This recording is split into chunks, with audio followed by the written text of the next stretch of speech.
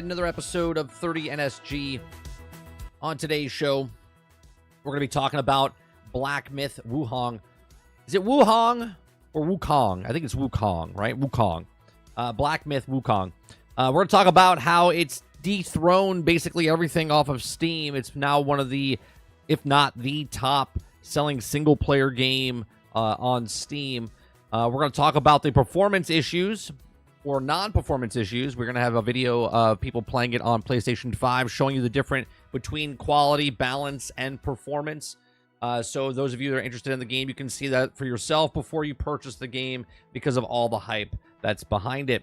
We're also going to talk about Black Myth Wukong as it's why Microsoft addresses it and says why it's delayed off the Xbox Series X and S.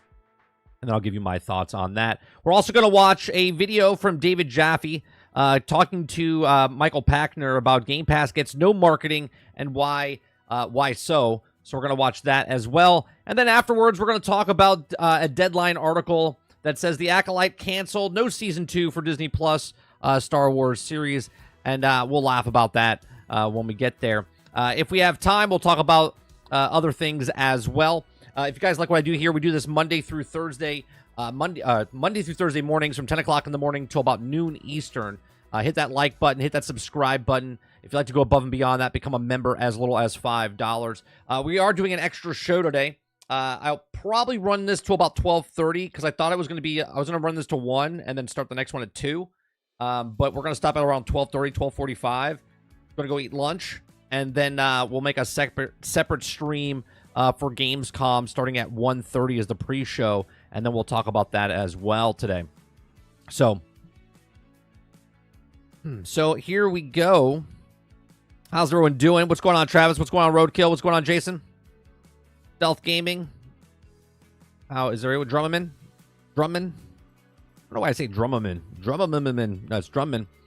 Let's see. Robert Jones, good morning. Water Bear, good morning. Ron Slusher, good morning. Yeah, it's a good thing, Ron, right?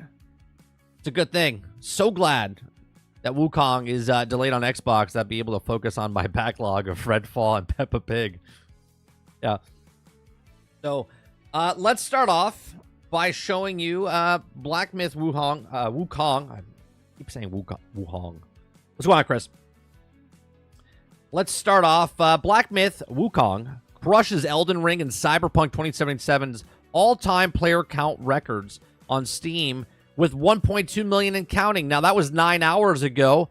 I want to let you guys know that it's gone up since then, about 7 minutes ago, and it's since I started the stream, it went up 120,000.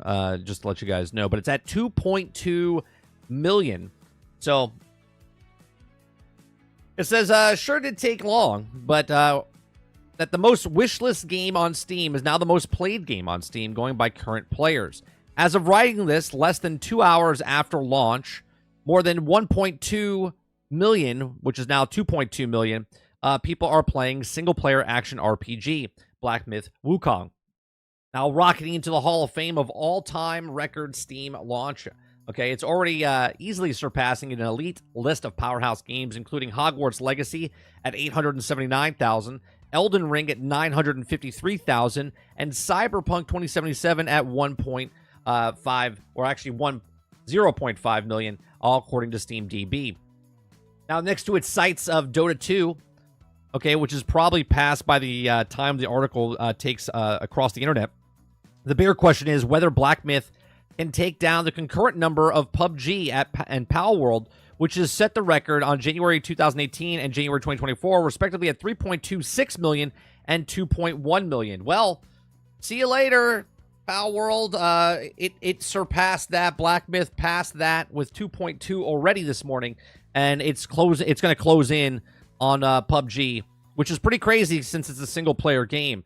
Now, this seems entirely possible. While both of those games have advantage of being multiplayer, Black Myth is already putting up wild numbers before noon and in China, and with most of the rest of the world asleep, it's only going to keep climbing. Now, you got to remember this, right? This number of the 1.2, now people are starting to wake up. West Coast still rubbing the crust out of their eyes over here. They might be picking it up as well. So this number, as we go, as this morning, we'll keep refreshing this. We'll keep it up and refresh it. But do you think it's going to hit the 3.1 PUBG number? If not, it's at that's that number of number 2 right now. But yeah, people are absolutely going ecstatic over this game. And then there's the performance thing. Now, Roadkill came in last night and said, the performance mode's doing great. Now, I said, why make a quality mode?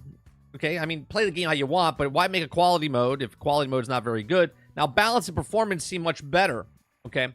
Now, I'll show you that in just a second, but we're going to talk about Black Myth Wukong PlayStation 5 performance polarizes players. Black Myth performance has been subject to debate ever since it merged the game science. Now, only allowed reviewers to play the PC version before launch, and we're reserving our judgment until we play the full game, but it's also been monitoring live streams and former chatter regarding console performance, and surprisingly, it's a very mixed bag. Now, Black Myth Wukong is off to an excellent start, but PlayStation 5 needs performance improvement patches. Okay, it says the good news is that Black Myth Wukong isn't repeating a Cyberpunk 2077. The game is playable, and it seems to hold up well, provided that the stick to the balance mode. Those of you that have been attempting to play the performance mode for some 60 frames per second goodness have complained of the consistent stuttering, poor image quality, and texture issues.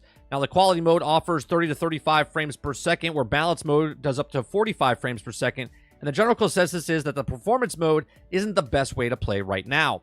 Now, I know a lot of people are saying, don't listen. Roadkill saying, don't listen. I have had no issues. To push away people that are having issues doesn't mean it's not there, right? Again, I do this analogy all the time with my, Fallout 76 playthrough. I had 0 issues, no stuttering, no glitches, no falling through the map for 80 hours, okay? No problems. Everyone was making video after video after video, shitting on it left and right, and I'm like, I don't understand. I'm not having any issues. Now, obviously, there are issues. I saw it, visual confirmation of problems. So to say that don't listen to people, all I'm telling you is you might buy the game and you might be one of the people that has issues, right? So it's better to hold off just a couple of days, wait for patches, wait for things to happen so it gets filtered out, right? Instead of spending the money and then getting pissed off that you're one of the people that has a problem, because you could be one of the people that has a problem, then just don't buy it day one. Just wait until they fix it for the majority of the players, and then everyone will be fine. Okay, it says, interesting, Black Myth Wukong console performance has bizarrely polarized players. On one extreme, we've seen folks swear that it's absolutely no performance issues, and that would be Roadkill, right? Roadkill saying no performance issues. Do not listen to the people saying there's performance issues, which I say I would listen to them, because if they're saying there's a problem, just hold off a day or two and wait for the company to come out and say there is a performance issue, we have a patch, because if they have a patch, that means there's an actual problem, okay? So, and then other people are having, it says, on the other hand, some folks swear that the game is unplayable. Spoiler, this is also isn't true. So both of these aren't true, right? No performance issues, and the other ones isn't performance issues. If you're fussy about lower frame rate and can make a compromise in graphics department, Black Myth Wukong current PlayStation performance shouldn't be an issue for you. However, if you're the opposite camp, we suggest waiting for a patch or two. And there you go. And that's the best thing, right? If you're a person that's not having any issues, saying, hey, yeah, it's all clear, and then someone buys and goes, I've had issues. Perfect example, I played Jedi Survivor, okay? I had no issues. Lono played Jedi Survivor and had all the issues. And I was like, what? That's kind of weird, right? But that's just the way it is. For some reason, maybe a developer could tell us that someday down the road, why some people experience things and other people don't when the code is all the same, right? Now, on top of that, for the performance issues, I want to go over and show you some video evidence of this stuff, right? I'm not putting the sound on. It's just looking at the frame rate and the gameplay, okay? I'm running it right now on the 1080p 60 for you. I guess I could go higher, but it doesn't really matter because you're not really going to see it. And let's just check it out, right? So this is the quality mode, and right now, frames per second, it's around 31, okay? And as he gets into combat, we'll see if it drops or anything like that. It's pretty solid at the 30 frames per second, which a lot of you can't play. They just like, I can't play 30 frames per second games. I'm done. I can't do it. Just looks like shit. And it runs fine. Okay. I'm one of these people that if I played at 30 frames per second, I would be okay with it. Okay. Now, obviously, if it does better than that, fantastic. But even at the 30 frames per second, I think the game looks good. I think it looks fine. It's got a little bit of like a blurriness to it, like a little bit of pixelated or whatnot with the fog and whatnot. But for the most part, it looks good, right? Especially in this day and age with video games. I mean, I'm not a person that really cares about like the photorealism. Like, obviously, it looks good. It looks like a great game. Okay, combat seems good. Seems like it's a rock solid 30 frames per second, which is what people ask for, right? Is what people ask for. Okay, now people want higher frame rates. So let's move over to balance, right? Balance is up to 45 frames per second, right? People are excited about this, right? It's not 60 frames per second, but the balance is at 44, 45 frames per second. Okay. And it looks better, right? It looks clearer. It looks smoother. It looks a little sharper. Okay, it still has that like Vaseline look on it, like the blur motion and stuff like that. Still has the fog, but you can see the details around the edges of the characters and the rocks and the trees and all that other stuff, right? And it looks good. 45 dips down to 40. Okay, goes up to 46. Okay, now, obviously there's not a lot going on the screen. It's just two people on the screen fighting right now. Okay, drops down to about 35 frames per second. So it's 34 dipped. Okay, so it goes down to about 11 frame difference from the top to the bottom in this clip so far. Okay, and then we go. Let's see. Then let's go to performance mode. Okay, and we're at the 60 frames per second, and this looks much better. Obviously, it's smoother. There is no like blurriness to it. Much crisper, right? And it's staying at a rock solid 60 frames per second. Now, obviously, this is what Roadkill's playing right now, right? Roadkill's like, there is no performance issues, rock solid 60 frames per second. But again, there are people out there that are experiencing issues with performance and whatnot. So mileage may vary, okay? So make sure that if you don't want to deal with this, if you don't want to be one of those people that's like, you buy the game and you get pissed off because you put it in your system and your system all of a sudden has those issues, you're going to be upset. So just wait, okay? If you didn't even think you were going to buy this game, but now you're hyped up because everyone's buying this game, just hold off for a day or two. If the developers or the studio and the devs decide that, hey, there is an issue, we put a patch in to fix this thing, well, there you go. Then you know the people that are having no issues, there are issues, hence why they're putting a patch out there to fix that issue. So those are just my thoughts on this, okay?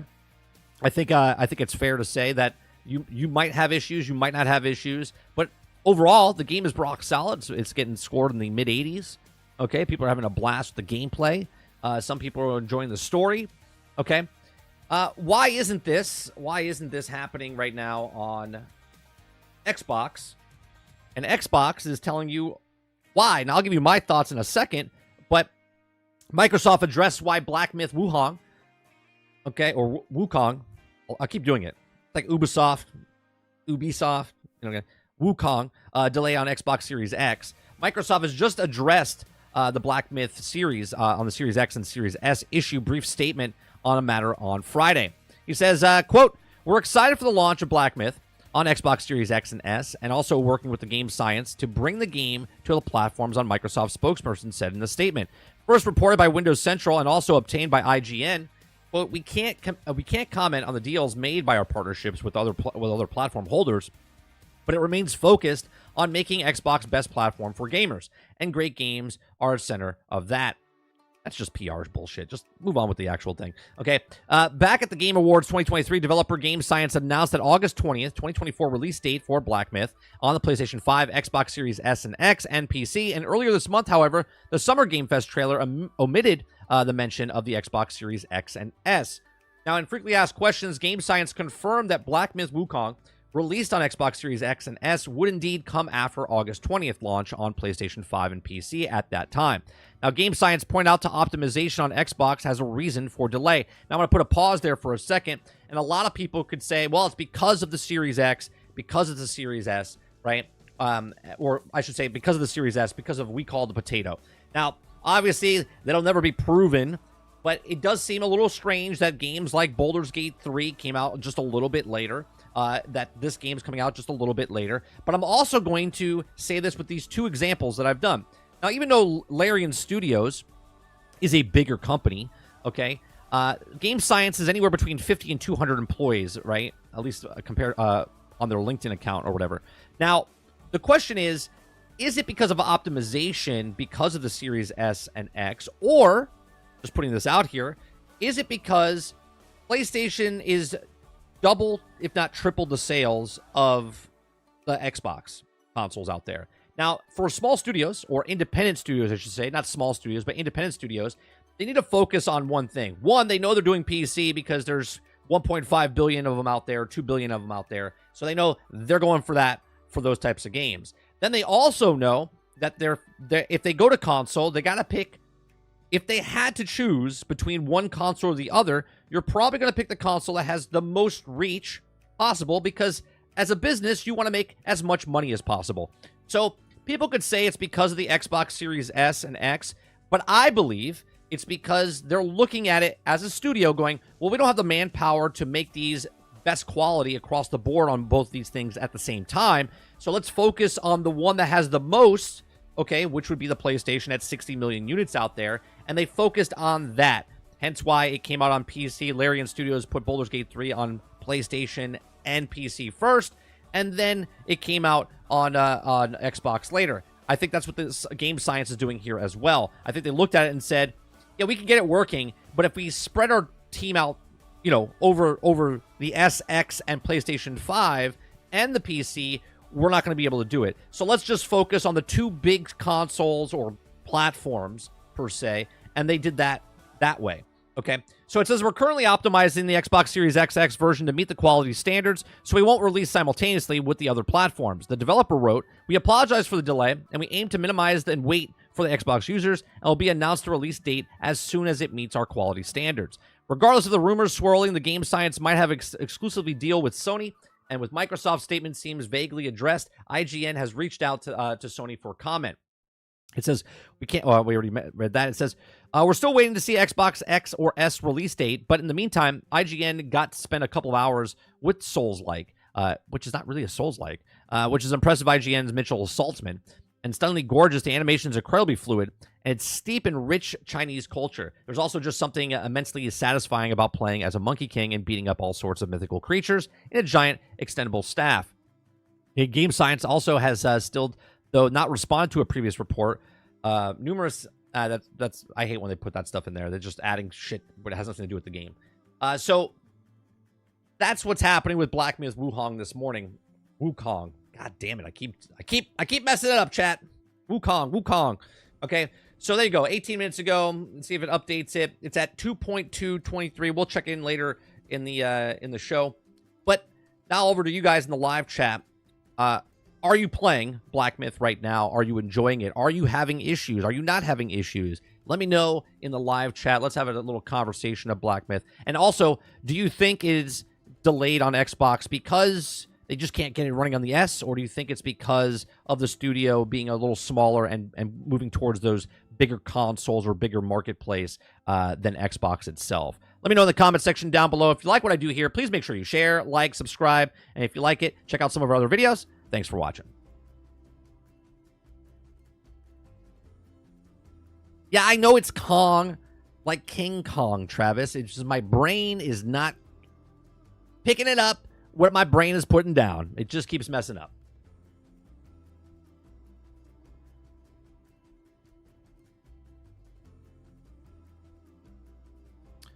All right, let's see what you guys are saying here. Travis says, if you can't hit 30 frames per second, I'll take it over. Well, if you can hit 30 frames per second, I'll take it over Sandpaper 60. Gaming Fire says, "Oh, Atlas Fallen is coming to Game Pass August 22nd and September 3rd, if I'm correct, and not Star Trek Xbox Game Pass, or not Star Trek. Star Trek is coming to Game Pass. I'm not sure about Atlas Fallen though. I know.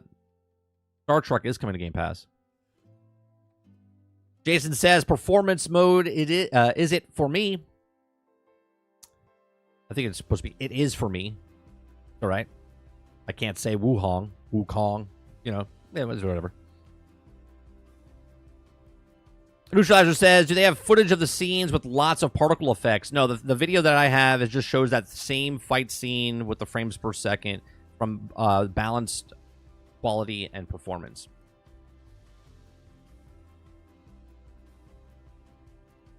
Why would PlayStation 5 have a different experience? You're talking about why you would have a different experience than me? I don't know. But again, just like I had with the Xbox experience with Fallout 76, I didn't have any issues. A lot of people had issues. So I couldn't answer that truthfully, Crowded, because I'm not a developer.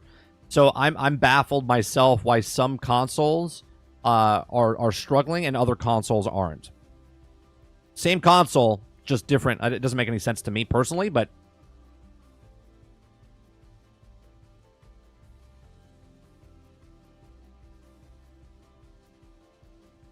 Altern says, "I bet they will say it's the devs' fault due to the creative decisions like they did for Larian Studios." No, I think it's just they said it's optimization. I personally think, well, Jones is saying both. I think it's because the studio's smaller, and obviously when you have manpower, just like if you're making a PvP and a PvE game, you have to split the team to balance those out. Where instead of just focusing to one and then adding it later type of thing. I think that's the studio's having issues. This is their first game, by the way. This is their first AAA game.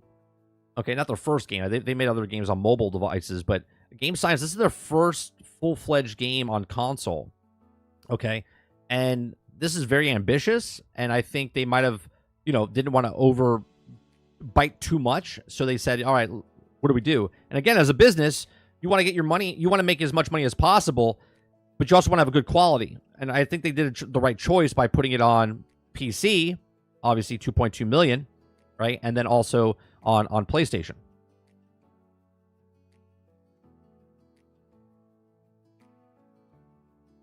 Stealth says, "I think this game will struggle on Xbox." Struggle on Xbox performance-wise, or struggle because of the player base?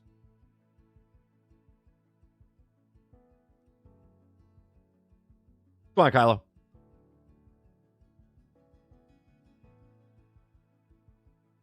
Brain says, "I'm enjoying it. Loving it. So damn good. Graphics are amazing." Are you playing on the? Or I guess you are playing on. You're playing on PC, right? Eclipse. You're playing on PC.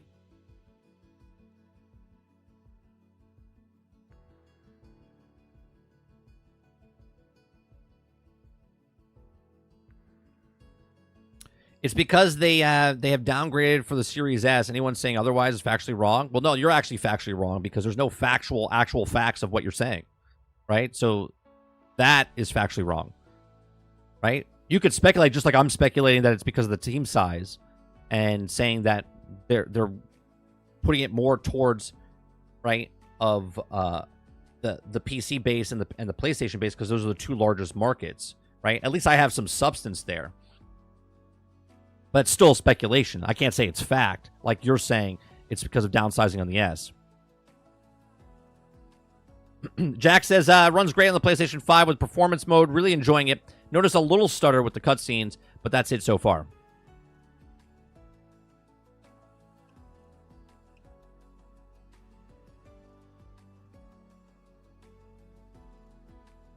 Dustin says, "Atlas Fallen is coming. I posted in Discord and I tagged you." All right, cool.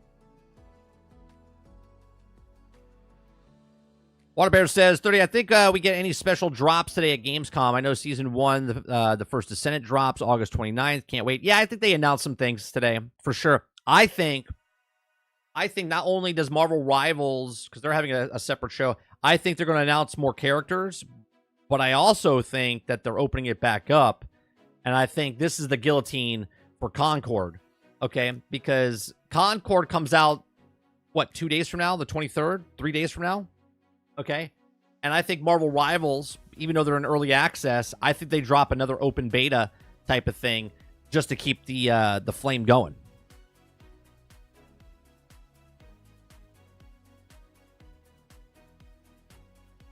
Neutralizer says, I'm 100% going to be playing on PlayStation 5, but I did not pre-order, and I'm waiting for the performance patches.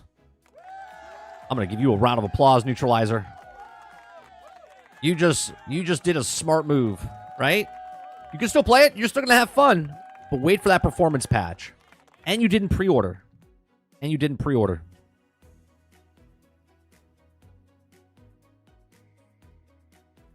Vandal says, so Starfield is trash at 30 frames per second. Wukong is amazing at 30 frames per second. Got it. Well, to be fair, Vandal, people are playing it on performance mode, which is at 60. But I hear what you're saying. I get it.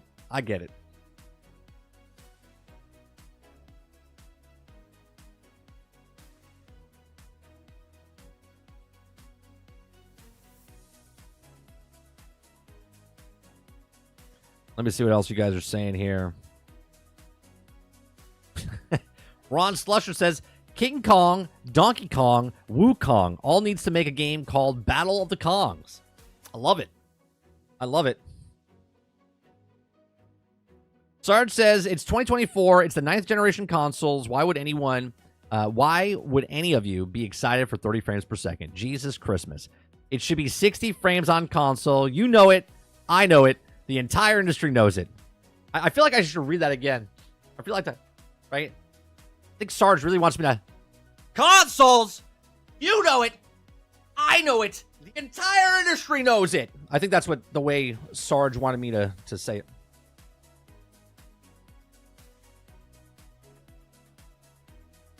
Did I capture it, Sarge? Did I capture it?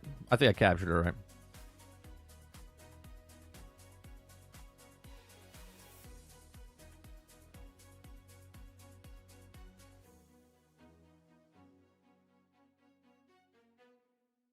Big Mo says they got downgraded for PC as well. So no, not the problem. Yeah, I think it's quality control. I 100%, Mo. I think it's quality control. I think for the studio to come out, especially for their first game, first impressions are everything. And I think they wanted to put a game out, make a game, sell a game, and they got it out. Doing very well on PC. We don't know the sales or anything on PlayStation or the player numbers, but I'm assuming it's doing very well, right? Concurrent means concurrent, people playing it, but not everyone that bought it. If it's 2.2 million on PC, we're talking 5, 7, 8 million copies probably sold. It was the most wish list game, so we'll see what the number is when it comes out, because they will shout it from the hilltops, especially since it's their first game.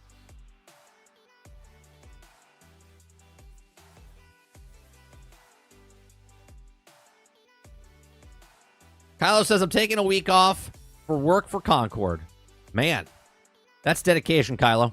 I don't know if that's if you're actually saying that for real, but fantastic. I hope I hope the game's great.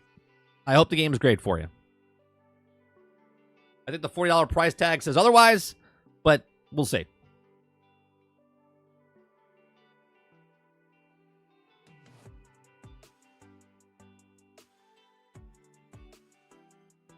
Yeah, I saw the trailer that you sent me, Travis. I saw it. A lot of King Kong games coming out. I can't get a goddamn Transformers game, but yet there's multiple fucking King Kong games. We got King Kong, the shitty one, right? We got a new King Kong game coming out. We got King Kong introduced into goddamn Call of Duty, but I can't get a goddamn Transformers game I want to play. Got shitty Transformers.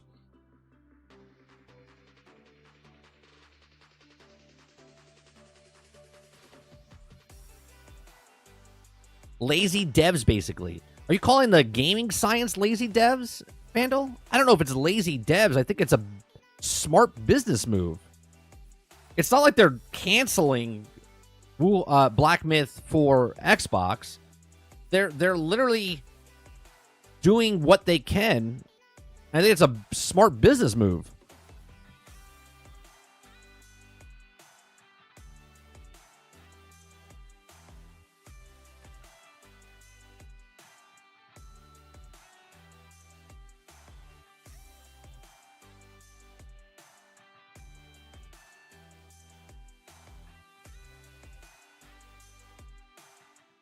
Right, Altern? Right? Transformers, nah, bro.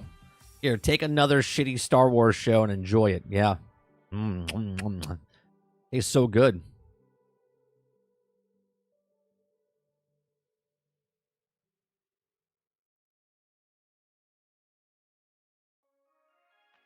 Well, here's the thing, right? I watched Kirk's review on it. And he brought up a couple of really good points of like how smooth the gameplay is and how it is, but it doesn't matter. It doesn't matter. The game could be a 9, it could be a 10. Okay, I think he gave it like an 8 or something, 8.5 or something. Okay. It doesn't matter because it's got a $40 price tag on it. When it's going up against other games. Look, that game, I've said when they first announced it a month and a half ago, whatever it was, when they first came, and I said that game will be free to play within a month. Within a month, that game will be free to play.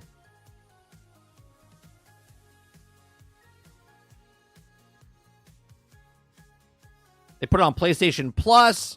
They make it free. They do something because that game is not going to do very well. It's me not hating on it. It's me looking at reality of what the Concord is doing in a landscape of all these other games that are out there.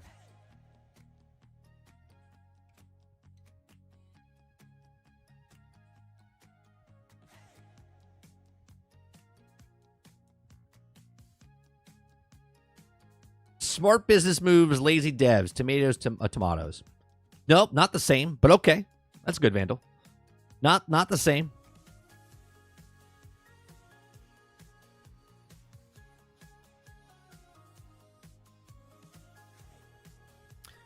Altered says, how about we give these studios one of the PlayStation dead shooter IPs? Imagine if it's the same team that did Resistance or SOCOM, and their shotting is good, so they can make a story-based game.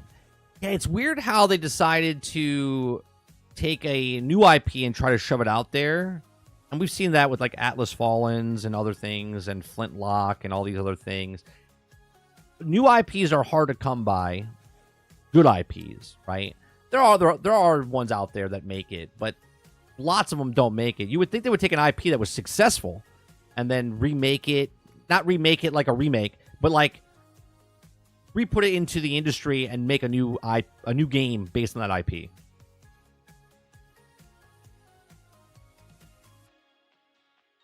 Crowded says, I would at least try Concord if it was free, but that's my point, right?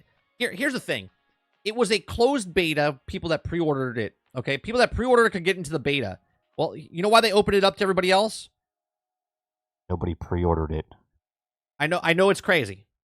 I know it's crazy. That's why Concord went to open beta. Okay? They said pre-order it, you get to play it. Nobody pre-ordered it, so then they opened the beta, and then still nobody played it. You know why? Because of Marvel's Rivals, of the finals, of Apex Legends, of Fortnite, all these other ones, X-Defiant, all these other things. Why? Because they're all free to play.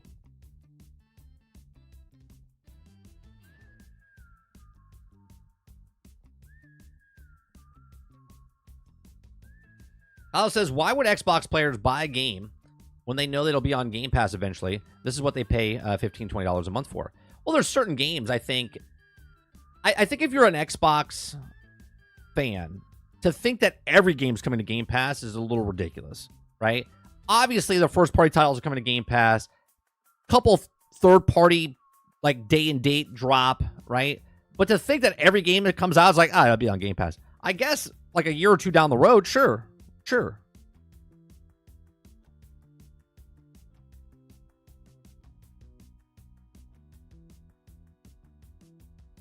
Stel says, he's asking my older persona, 39 and still gaming. Do we see Transformers reactivate at Gamescom? I don't think so. I would be very shocked and surprised if we do, considering Splash Damage themselves have said that we'll see in 2025, and that was months ago.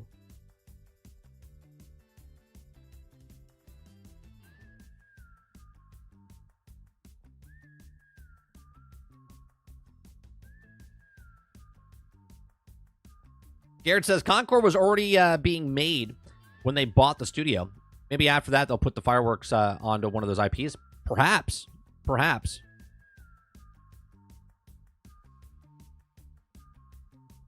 Or Firewalk. I mean, here's the thing, though. They could take the studio and shut them down.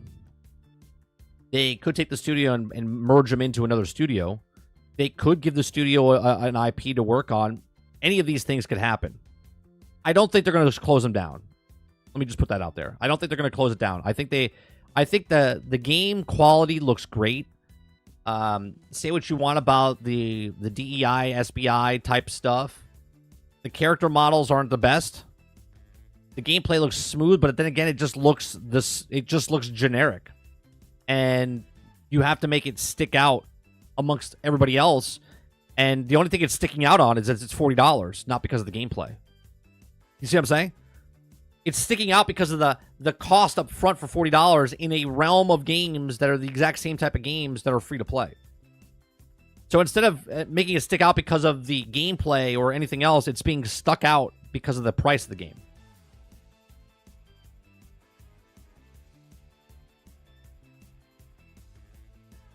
Gamescom starts at 2 o'clock, but the pre-show's at 1:30. So we're going to end around 12:30. And then I'm going to take about a 45-minute to an hour break and then start it up about like 1:20, 1:25 to get ready for the pre-show at 1:30.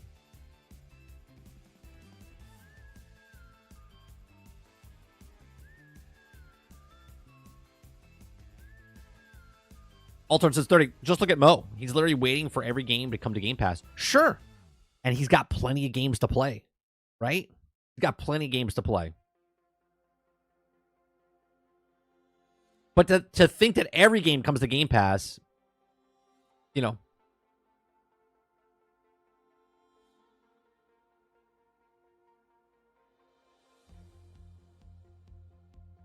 Rebsy says cancel anything Firewalk is making. Give them speculated Destiny hero shooter. Wash hands. Can you imagine how these people left Bungie to start their own studio to get thrown back into a Destiny? Oh my God. I would say just close me down. They left Bungie to start their own studio just to get pulled back in to work on a Bungie IP. Oh my God.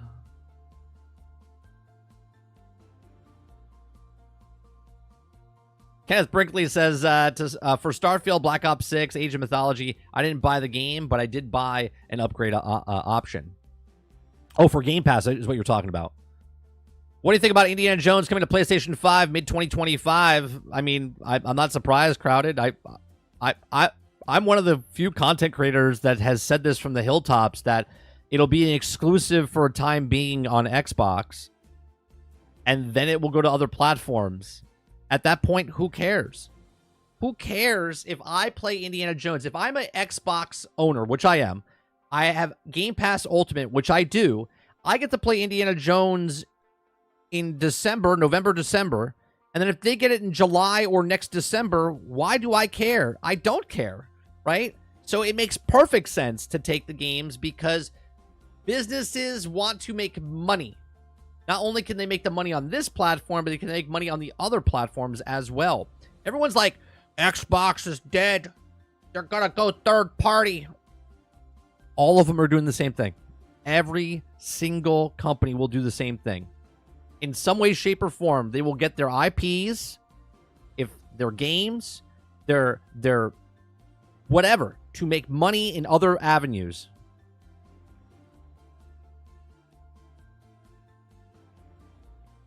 Go on, Jojo.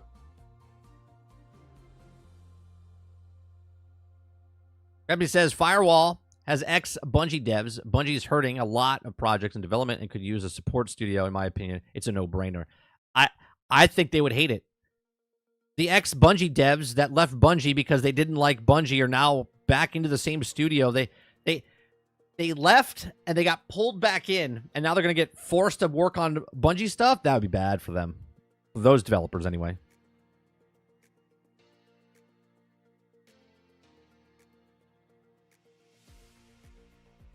Crowd says the character design is a big part of what's killing Concord. Not a single iconic character in the entire roster. Well, the trash can. Get the trash can in there. I do believe it has a part to do with the design, but I think the biggest crux is the $40. I think people would try that game and play that game, obviously if it was free to play. But they're going to have to... What Wayfinder did to make it from an MMO to a single-player game, Concord needs to switch it from a $40 game to a free-to-play game and then charge for microtransactions for skins. Make the base characters look ugly as shit and then make them look really badass and cool in the cosmetic section.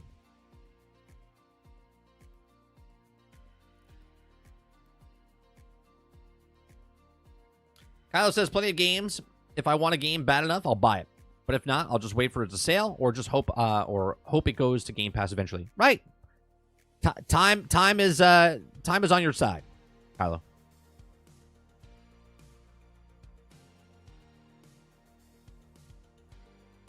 I don't think Mo is a cheap ass at all.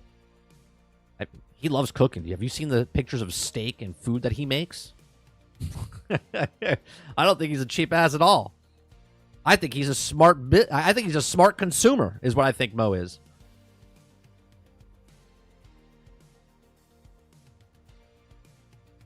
I think he's a smart family man, smart gamer, right? Not only has he saved enough money where he can buy another system for his son, so now he's playing all of these games with his son.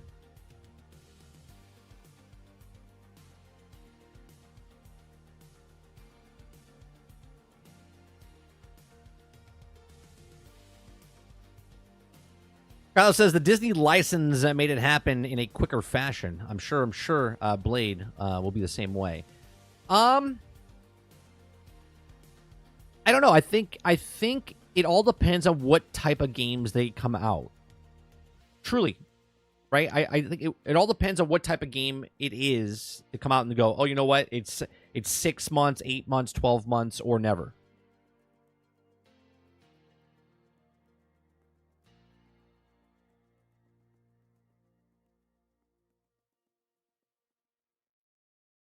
Roadkill says, yeah, I'm not touching Concord. Are you not touching Concord because of the characters, because of the gameplay, or because it's $40?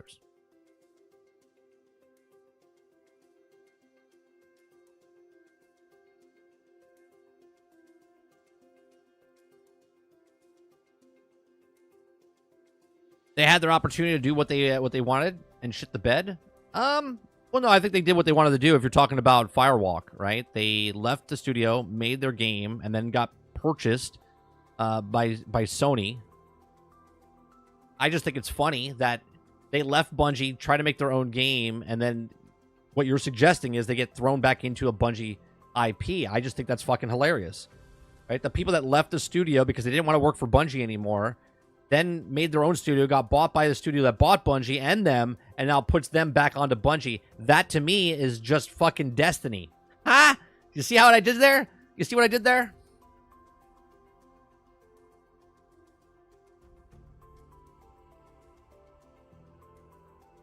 I do wonder the reason those devs left Bungie, and was because of the leadership. Maybe if this was open, would be open to coming back now that the Sony has cleaned house. Maybe.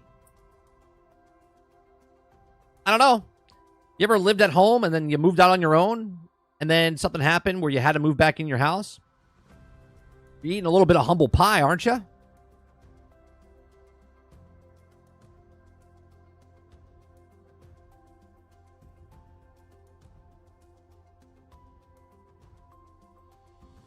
You get that taste of freedom and what you can do and what asshole managers were and stuff, and then you decide that you're like, yeah, we're free, and then you're like, oh shit.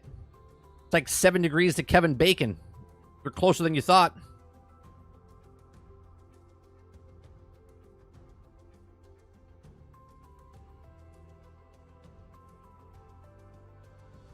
I'm 2 steps, by the way. 2 steps. Actually, I'm 1 step. I'm 1 step away from Kevin Bacon. I worked on as an extra in what's the thing called, Wild Things, with Nev Campbell. Yeah, I worked in that movie. I was 1 step. I'm 1 step. That's before I got into the industry. I was an extra and actor.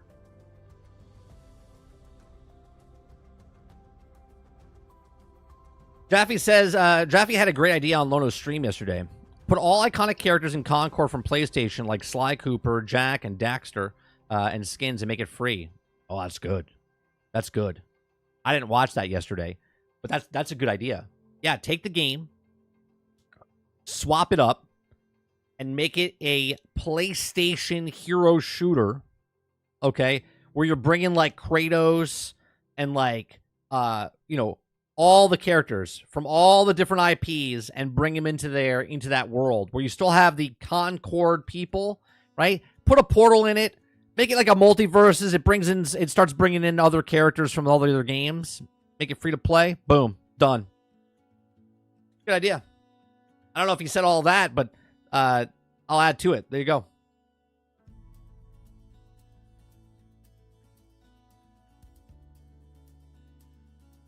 Jax says, yeah, the $40 is an issue. But Jax, that's only, what? Was it 8 cups of coffee? Right? It's only 8 cups of coffee. You're going to have 8 cups of coffee between now and whenever, right? You could afford it. You could afford Concord.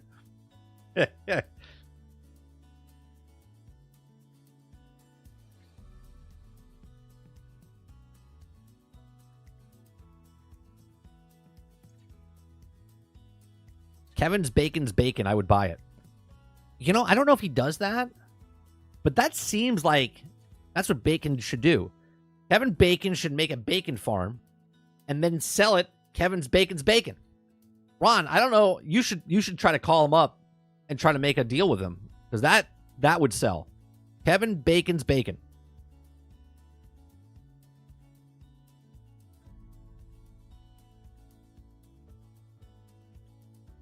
I think I have another thing with, like, someone with Footloose, right?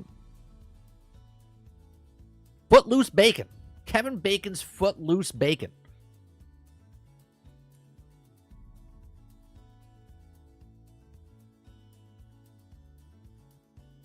Sony is primarily a hardware company, so they must sell consoles. Microsoft is primarily a software company, and selling games and service remains their, 100%, Keith. And this is why I've said it for years. I know you're newer in my stream. I've been saying it for years and years and years. Everyone's like, oh, the console wars. I'm like, no. Microsoft stopped playing the console wars about 5-6 years ago.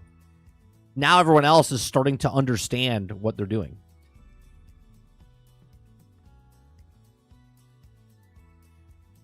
Well, here's the thing, Dolphin. I still don't know if it can compete with rivals at that point.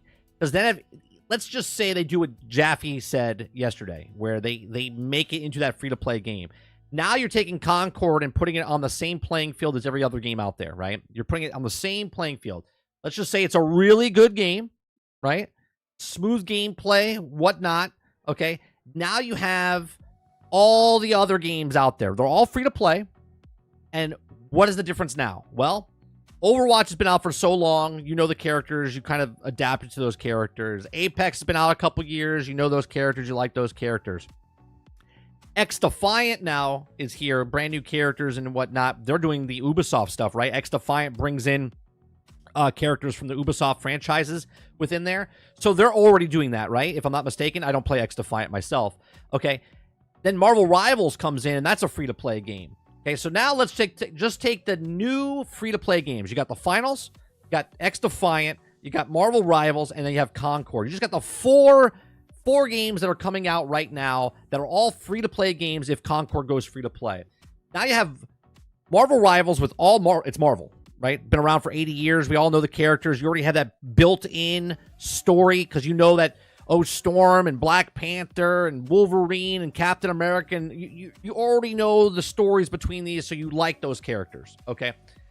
The Finals has... What's differentiated between the Finals and these other games is that the Finals is a free-to-play game, but it's almost like a game show, okay? So it distincts itself between the other games because it doesn't have big names. It just has generic characters. But the game itself is a game show, and it's fully destructible environment, which no other game out there can say it has. Okay? So that's what sticks that one apart. Then you have X-Defiant, which has the IPs of Ubisoft inside their game. And then you have Concord, as just is. Okay? So what's making this game stick out compared to those games besides that it's a PlayStation first-party title? Nothing. It still loses, even if it goes free to play, because the game itself is just not that intriguing. In my opinion.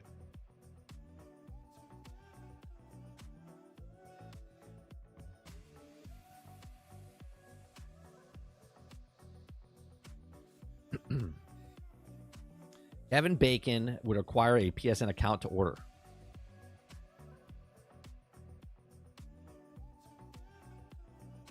No, it sounds like you're eating foot. Well, let me tell you, Travis, you're eating a lot more than foot. You ever have a hot dog? Let me tell you what's in a hot dog. No? Okay.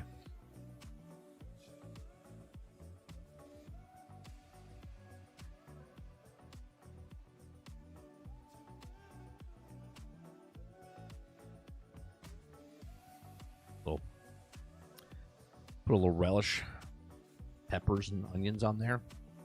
It's delicious.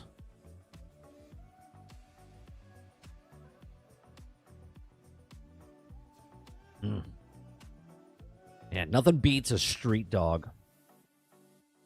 Go to like Chicago. Like, pick a city. Pick a city. Chicago, New York. Get a street dog vendor on the side. The grimiest guy you can look at.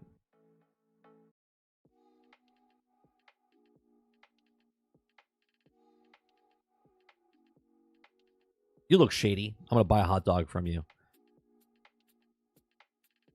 You might regret it later, but goddamn is it good when it goes down.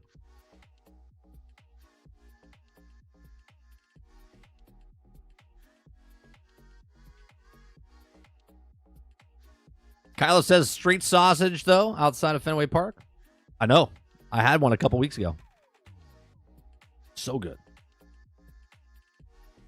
I was like, I'm not even hungry.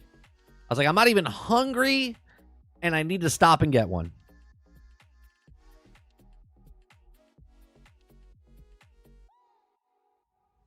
But I'm stopping right now.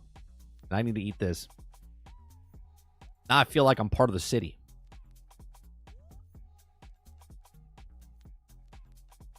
That's the franchise Dolphin, right? It's the big started in, I think, Chicago, did it not?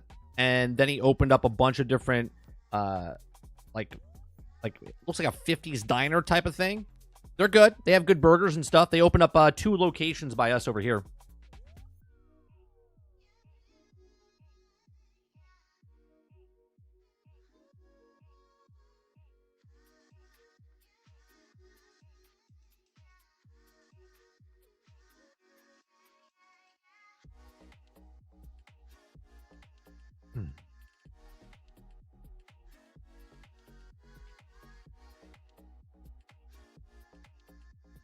Yeah, good milkshakes there, too. Good milkshakes. Yeah, I'm hungry. I'll see you guys later.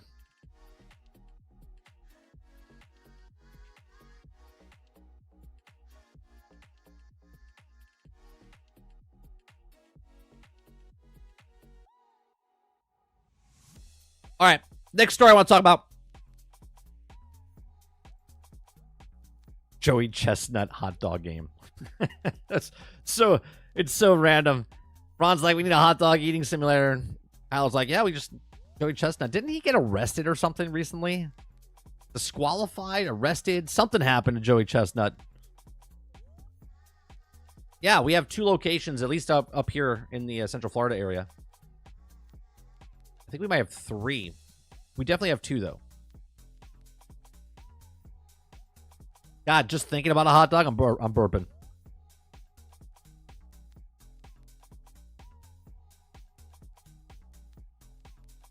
All right, we're going to watch David Jaffe. He had an interview with Michael Packner, okay, on his channel yesterday, talking about Game Pass gets no marketing and why. Okay, so we're gonna watch this. If you guys like what we do here, we just have conversation every morning, Monday through Thursday from 10 o'clock in the morning to about noon Eastern. We cover news stories, watch videos, have conversations, try to get you through a couple of hours of your day. So if you like that, hit that like button, hit that subscribe button. If you'd like to go above and beyond that, become a member as little as $5. We also, we're trying to get to 3,000 subscribers. So if you're not a subscriber yet, hit that button, become a subscriber, hit that notification so you know when we go live. So we can get to that next milestone point of 3,000. All right. So let's go over to David Jaffe. He's going to be talking to Michael Packner. I would love to get Jaffe. You guys said he was on Lono's stream yesterday. I would love to get Jaffe, not to talk about video games, to talk about Jaffe, right? I want to know Jaffe, where he's come from, what got him in the industry, what he did after the industry, how to get started into YouTube. I would love all of that stuff from David Jaffe. That's what I want to have a conversation with him about, but maybe in the future. Okay, so let's talk. Let's watch David Jaffe as he talks to Michael Packner about certain topics here, and we'll stop it along the way. Good sir, Michael Packner. Thank you real quick. I have a question for you that I cannot get my head around, and you were the first person, really the only person I thought, other than people at Microsoft, that I could call that might have some insight into this. So whether or not the rumor that came out today... To let you know, David Jaffe is the original creator of God of War back in the old PlayStation days. Is true that Indiana Jones is going to be coming out on PS5 a couple of months after it drops on Xbox. I'm sure we'll find out tomorrow at Jeff's show. But what it really got me thinking is I keep looking at Game Pass. I remain a big fan. I remain positive on it. But I keep looking at it and going, Microsoft needs to bang the drum as it relates to, yeah, we're going to put our games everywhere. But if you want to pay $70 for indie, play it there. If you want to get it, quote, for free, come subscribe to Game Pass, whether that's on a Fire Stick or a PC or a piece of hardware. And here's the question is, why is this message, given how valuable this service is, why aren't they marketing in this? I mean, are they going to, or why is this so mysterious to most people? That's a good question, right? And I'm going to answer a question before he answers the question. I think that if Phil Spencer had free reign to actually market, I think he would. But they're not, because I don't think they're being run by... Okay, I think Phil Spencer's the head of Xbox, but he's not the guy who's making the decisions. You know, Nadella is making those decisions, and Nadella has no idea what he's doing because Game Pass is new. They don't know how to market something when they're the first doing it, right? Netflix was shitty at advertising theirs. They were discs until they went digital, okay? They were the first, and they learned their way as they went. And I think that's what Game Pass is doing right now, which is stupid because they can look at what Netflix did in some way, shape, or form to try to promote it kind of the same way. I have to say, I don't think that they have a very good person in charge of strategy. I think that Game Pass is a top-down idea, and by top-down I mean Satya Nadella, and I think that the execution is exceedingly difficult and left to people who don't actually know what they're doing. There you go. He agrees. And so I think what really happened is Satya Nadella sat down with Phil Spencer 10 years ago, whenever Phil was elevated, and said, how can we turn this console business into something like Office, where, you know, instead of people buying a new $350 Office every new PC, they pay $100 a year in perpetuity. And Phil said, oh, you know, streaming service, you know. And then Satya said, what's it take? And Phil said, well, I need to buy a bunch of studios. And I'm sure this is a set of conversations. So I think Phil was right, but underneath him, I don't think there's anybody who is really competent to figure out how to launch a brand new business that's never been done before. Yeah, that's exactly right. But when you're the first in the market, right? When you're first in the market, look at what Netflix is doing now, right? It's easy to look at it now and go, well, Netflix is successful and all these other streaming services aren't successful, okay? Because they took that plunge way ahead of time. It's like 1997 or 99 when they came out, something like that, right? And it took them 7 years to get to the point where they were profitable, Okay. And then they exploded when they did that, right? All I'm saying is the same numbers that Netflix had for that first 7 years is basically the same numbers that Netflix had, or I'm sorry, that Xbox has right now with their player base and with their Game Pass numbers. Okay. And then it went from 37 or 40 million people that were having Netflix back then, and it shot up to 200 million over the next 10 years. And not to suggest that even the successful streaming video companies like Netflix would know how to do this, because they don't. And Netflix got super lucky and they're the only guys. But I think Microsoft figured we'll just get a bunch of exclusive content. And that's interesting what he said there. I'm going to rewind it for a second. He said Netflix. Successful streaming video companies like Netflix would know how to do this, because they don't. Right. They don't. There's one thing I noticed when I've been in my 46 years on planet Earth. I've worked for a lot of different companies.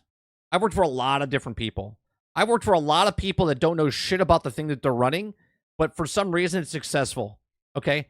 Most people that run businesses have no idea what they're doing, and they're riding along at the seat of their pants, but they're being successful because they're adapting and moving as they go along, right? Netflix had no idea, probably still doesn't know what they're doing, hence why they're shifting into the gaming division, right? Hence why they're getting studios, because they're like, yeah, we got 200 million people. What do we do with this? How do we give more value? Because we want to keep raising the prices, but we can't do that unless we give them more value, and this is why they're getting in the video game market, right? And Netflix got super lucky and they're the only guys. But I think Microsoft figured we'll just get a bunch of exclusive content, and then we'll have so much great exclusive content that everybody will sign up for Game Pass. That only works if they have enough. Now they have like 38 studios. 38 studios. Let's just say 36 studios. Once they're down the pipeline, they need enough studios in the pipeline that every month they can drop a game on Game Pass from the first party title. Now that would be great value, right? That would be insane value. But you understand what I'm saying? Like if there was no third party games on Game Pass and it was just first party titles, if they had one a month, 12 studios, make a game and drop it maybe every 2 months. If every 2 months they dropped a new first party title on Game Pass, that's how you get people to come to Game Pass. Not this 2, 3, 4 bullshit.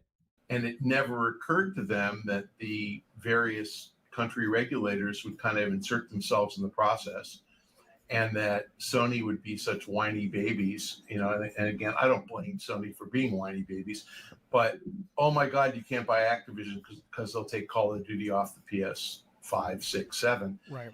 And which they would never do.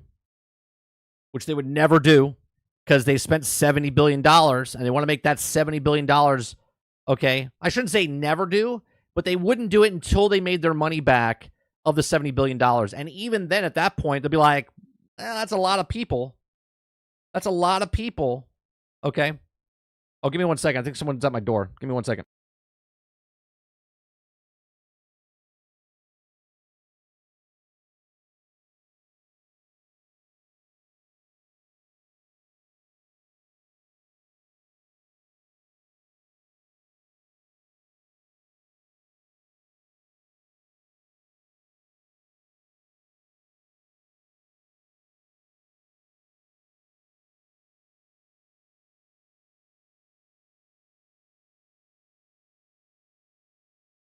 All right. So, what was I saying? The hell was I just saying? Chat, give me a cliff note what I was just saying before I left. They were talking about because they'll take Call of Duty off. Oh, Call of Duty, right? Call of Duty, they would never do it because they know they made all that money from the other third party, you know, putting it on PlayStation, putting it on Switch, putting it on PC. They would never get rid of it. Never get rid of it. Because there's so much money coming in. Yes, 5, 6, 7. Right. And so, you know, Phil made all these accommodations on the fly to get the deal done. They got the deal done. Now they don't know what to do. It never occurred to them when they made the bid for Activision that they'd be stripped of the streaming rights to Activision Blizzard content and have to sell those to Ubisoft. So that adds a wrinkle. I think that in their minds, they thought, well, we'll offer this compelling streaming package for, at the time, $15. And most people will view this as Xbox Live for $5 and extra content for. I don't even think about Xbox Live anymore. I just feel like Xbox Live is they remove that out because the $15 or $20, I just think it's baked in. $20 is still a hell of a deal, okay, as a gamer to get all those games every single month. I mean, you might not like all the games that are there, but there's plenty of games there for $20. Like when you go to the bargain bin at Walmart and you see a $20 game, you're like, holy shit, $20? I'll buy that for $20. That's one game. You pay $20 a month and there's 400 games. 10, and that's cheap. And we'll be at 100 million subscribers before you know it, and they weren't. So each time something has gone wrong, and by wrong, I just mean not to plan. Yeah. I think they've panicked. And nothing ever goes to plan. Okay? Nothing ever goes to plan. Just remember that when you're doing anything in life. You're like, I'm building this house. There's going to be problems, and you have to adapt. I'm making a business. Something's going to go wrong, and you got to adapt. Okay? Nothing is ever by plan. You could put a plan to make you at ease with your mind, but something is always going to have a curveball thrown in there, a wrench thrown into the gears. Something's going to happen, and you're not going to be happy with it, and you have to adapt. And that's what makes a business successful or not successful. And their panic is giving into this to the Competition and Markets Authority in the UK and getting rid of streaming rights instead of suing. I would have sued. Their panic is, committing that everything they might sue. They're just sitting back playing nice right now. That's all. Would be on PlayStation, and they're not really sure what that means. They committed to Call of Duty, but what do you do with stuff like Starfield, or what do you do with Nightfall or anything else? I mean, what do you do with the Indiana Jones, right? And so you get stuck with Indiana Jones being on PlayStation when it probably didn't have to be. It wasn't part of the agreement, but they did it. They get stuck with, oh my God, we were going to break even at 100 million subs. I made that number up, 75, something higher than 35. Right, Sarge. Right. It's perceived value, right? But that's exactly what I was talking about with Netflix. The perceived value of if you're paying $17 or $20 for Netflix, why am I paying for Netflix for $20? Well, it's got video games on there. Well, I'm not using video games, but I get it. They're putting it in there, right? Same thing with Game Pass. Game Pass is giving you Xbox Live, giving you the core, giving you this, whatever. The ultimate, you can play on PC, part of the cloud, just stream wherever you want. It's the perceived value, but it is the value. The value is there. They could raise that price up, but it's perceived value based on everything they're giving you, right? Just like a car, when you buy a car, well, they got heated seats, got power windows. Why is it $40,000? Because of these things. It's perceived value. Right. And, oh my God, we're not breaking even. Let's raise the price twice in a year. Just dumb, right? The raising twice in a year is pretty stupid. But, So I can tell you the right way to do things. The right way to do things would have been offer the Fire TV Stick deal, the no console deal, and assume that that's single player only, because multiplayer is hard to do without a downloaded game. I mean, which I've talked about. I've said that if you're playing a single player game on the cloud, it's phenomenal. If you're playing multiplayer, you can see the stuttering and stuff like that. But I've said it as well, they should sell the Fire Stick. Before it was a Fire Stick, it was the Xbox dongle that I was talking about. I said you sell that, Game Pass, and a controller for less than $100, and that would have been a good deal. You can, but it doesn't. It's laggy. So offer that and make it $10. Period. Don't raise the price. So wait, what did he say there? Is hard to do without a downloaded game. I mean, you can, but it doesn't. It's laggy. So offer that and make it $10. Period. Don't raise the price. Make it $10. Right. And don't. Yeah. See, they want the money now because they spent $70 billion. I think he's correct there. They should have kept it low. Single player, market it as the Fire Stick for single game experience or whatever like that. $10. Fire Stick, 3 months, $10. You buy the Fire Stick, you get a controller, the Fire Stick, and you get $10 for that a month with a 3 month free trial on there as well. Don't do a deal with Amazon. Do a deal with Amazon, Chromecast. Yeah, I agree. Roku, Apple TV. Everybody, put it everywhere. Samsung, LG, anybody who has a web interface tied to a TV. Problem with that, though, that he's saying, companies won't let you do this. Okay, and in our experience, I designed a board game. Okay, it was called Weekend in Vegas. We went to Vegas and talked to the hotels. We had a meeting with MGM. Okay, MGM sat us down and said we would do this. They were talking about stuff. The deal fell through because the economy went to shit back then. But the deal was they would be on board, but we couldn't make a deal with the other guys. Okay, we could only use MGM Grand hotels inside our game. Okay, we couldn't make a deal. We wanted everybody on the strip to be a part of the game. Okay, the likeness and logos and stuff. But MGM said, we'll do it, but we don't want to do it if the other guys are in the game. We just want our games. I was like, interesting. So as a business owner, I was designing the game now where I completely changed it from one board to modular boards. Okay, where it was like a hexagon and it was modular, constantly changing. Okay, that way I could make a game for just MGM and all their hotels, and then I can make one for the Bellagio and all their hotels.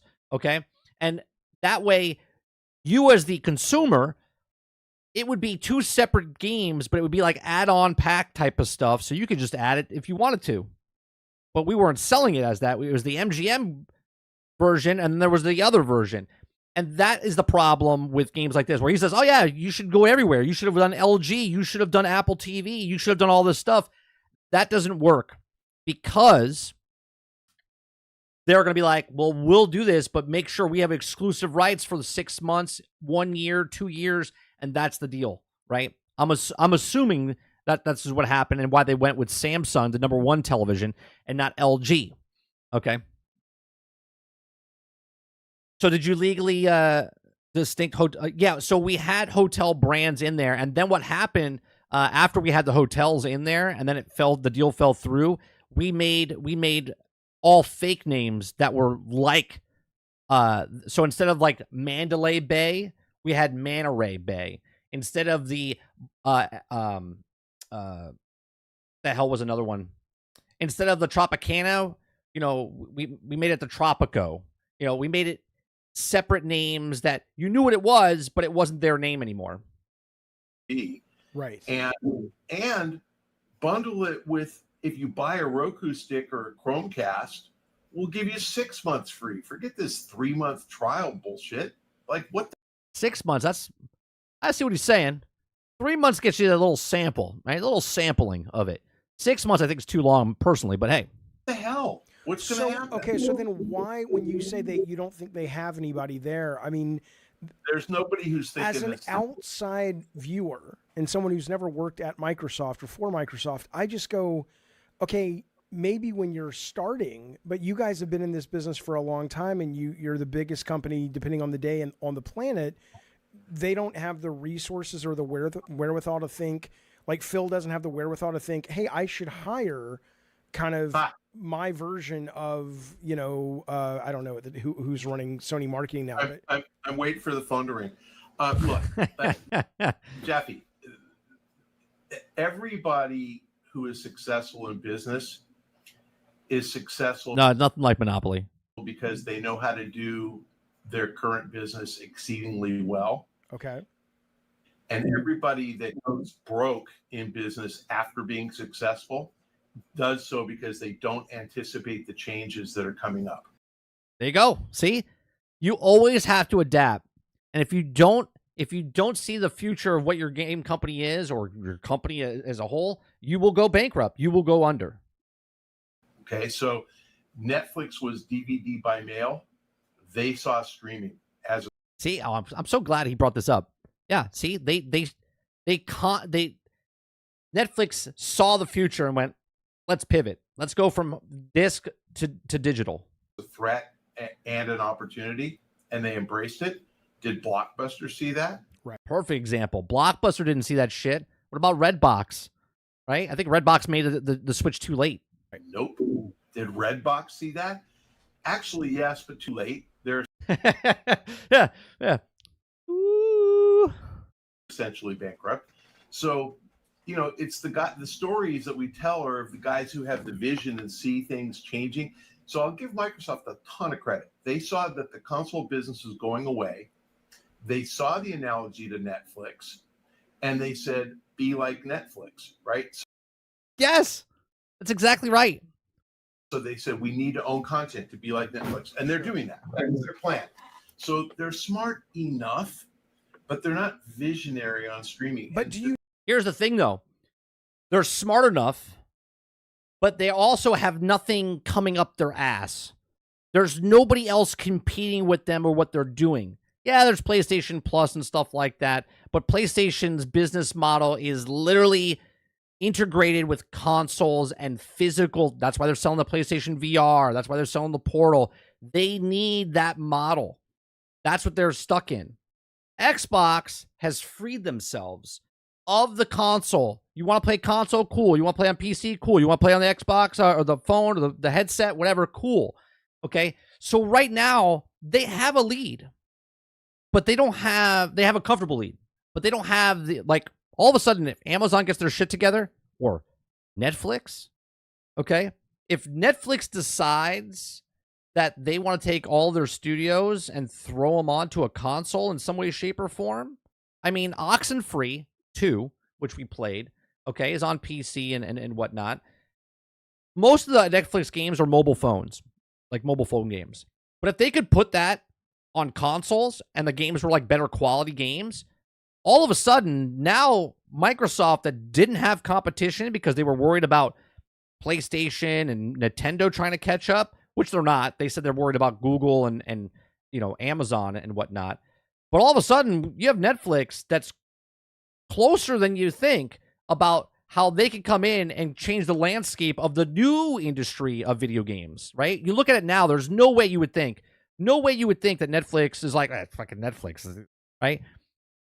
But they're the biggest people right now. They have 200 million people that they're in the houses of, which nobody else can say, okay? Nintendo, PlayStation, and Xbox combined total have less than Netflix, okay, for users. And Netflix can just put, boom, right in your house right now. Because right now you have multiple devices and sitting in front of you that can do Netflix, okay? So Netflix has already got a back Trojan horse on the back door. It's on Xbox, it's on PlayStation, right? I think it's on Nintendo, right? You can watch Netflix anywhere. You need to be a visionary to know that you should market your product. I mean, that's like business 101, right? They haven't even figured out what the price is. And so, I would say the cell phone companies were the same. If you remember back 25 years ago when you first got a cell phone, it's $150 for one phone, and you were limited in everything. Now it's $35 a phone, and everything's unlimited. Well, imagine if they had started out at $35, right? Yeah. You would have had 500 million cell phones in 1990. Right. True. But they started high, and so the mistake every business makes, get the small amount to pay the most, and then as it sells, shrink the price to get the mass market. Is they let the early adopters pay for their mistakes. That's right. And I've never understood this. Right? You do that right now. Most of you guys do this right now with video games. You buy the pre-ordered edition for the $120, $150 version of the broken, buggy, unfinished game, majority of them, okay? They come out early, 3 days early access. You get it, and you have to wait for it to fix over the next 6, 8, 12, 18 months. And then someone comes in down the road and is like, oh, I picked up the game. This is a fantastic game. $20, $30, $40. Okay? Meanwhile, the few are paying $120, $150. Sucker's born a minute. Apple Vision Pro at $35. Apple Vision Pro, $4,000 people paid for that thing. It's not a deal. You can market the hell out of it. No one's buying it. Right. That's PSVR without software. It's a great product, but you're not buying it. That's MetaQuest. So the right way to do it is give it away and come up with another way to make money. And that other way to make money is ad supported, which if Microsoft were really smart, and they're not, they would say, hey, Game Pass on a Roku device or on a Chromecast or a Fire TV is free. You're going to watch 3 minutes of ads every time you boot up. Oh, God, Michael, don't say that. Don't say that. Oh, my God. Free on all those devices, but you have to watch ads? Every time. Right. And you're going to watch another ad every time you finish a level. You know, we're not going to interrupt the gameplay, but when you beat a level or die, you're watching an ad. Right. 3 deaths is 3 deaths is an ad? That'd be motivation. Like, I fucking don't want to die. I want to see another goddamn ad. an ad. Yeah. If you die, of course you're going to wait because you want to try again. Right. So Not me. Not me. If I died and an ad came up, I would shut that game down as fast as I could and go outside. they would end up making $10 per subscriber, and they would end up with This is why I don't play mobile games, Titan. This is why I don't play mobile games. 100 million subscribers overnight because it's free. Why wouldn't you play every game that's offered on Game Pass? They're just not very. The problem with that is if you give your games out for free, you've now completely diminished the value of what Game Pass is already doing. If people are paying $20 and they're getting no ads, and then people get it on the Roku and whatever device, okay, on your TV or whatever, it's free. Now you're cultivating and you're conditioning people to literally get everything and anything, and they don't want to pay any kind of money, right? You're going to get the small group of people that bought the headset or bought this at the full price of the $500, but now you're going to shrink that down where the people that don't want to deal with ads will buy the $20 version, but it'll be a smaller group than you think. Okay, everybody else will be, I'll just watch ads. They'll walk away. They'll do something. They won't engage. It'll look like it's a view. It'll look like it's a person paying for your subscription, but it's not. You're like, oh, we have 100 million views, 100 million people in the service, but really only 35 million people are paying the $20. Very smart. And then, but I had an idea once that was then they would show you the ad, and after the ad, they'd ask you like 2 or 3 questions just to see if you'd watched it. No. Jaffe, no. If you got it right, you got like an item for the next level. Sure. No. Stop it. Stop it. Stop it. Do not do that.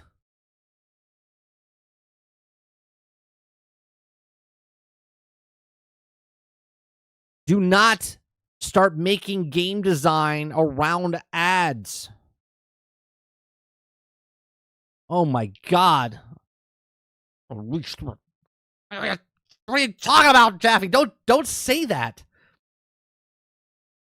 Come on.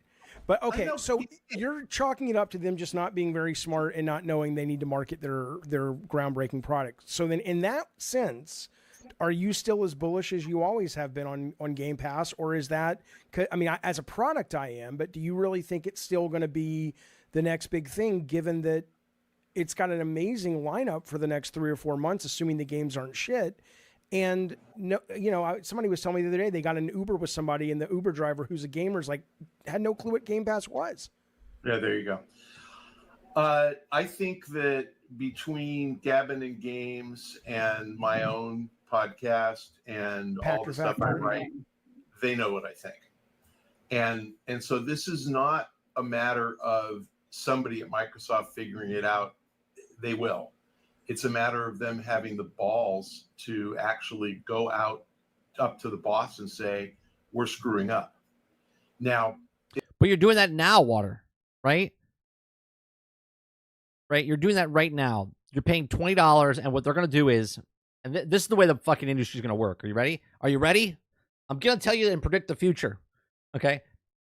$20 is going to get you ads. $25 to $30 is get you no ads. Okay? That's what's going to happen. It's not going to be the $10 version, $15 version. It's going to be $20 version, you get ads. 25 to 30, you don't get ads because companies don't go backwards. They don't go backwards. Okay? That's where it's going to go. It'll end up just being a handful of people getting fired for failure, and the people who replace them aren't going to do the same thing. So, that's what usually fixes business is you blame the people that are running it now that aren't executing well. And the new guys are like, I better come up with something new. And they will. Yeah. So you're still confident in Game Pass as a service. But fill in the blank, large company, Amazon, Apple, Google, and then ask me about their games initiative, Netflix, right? They all suck. Every one of them.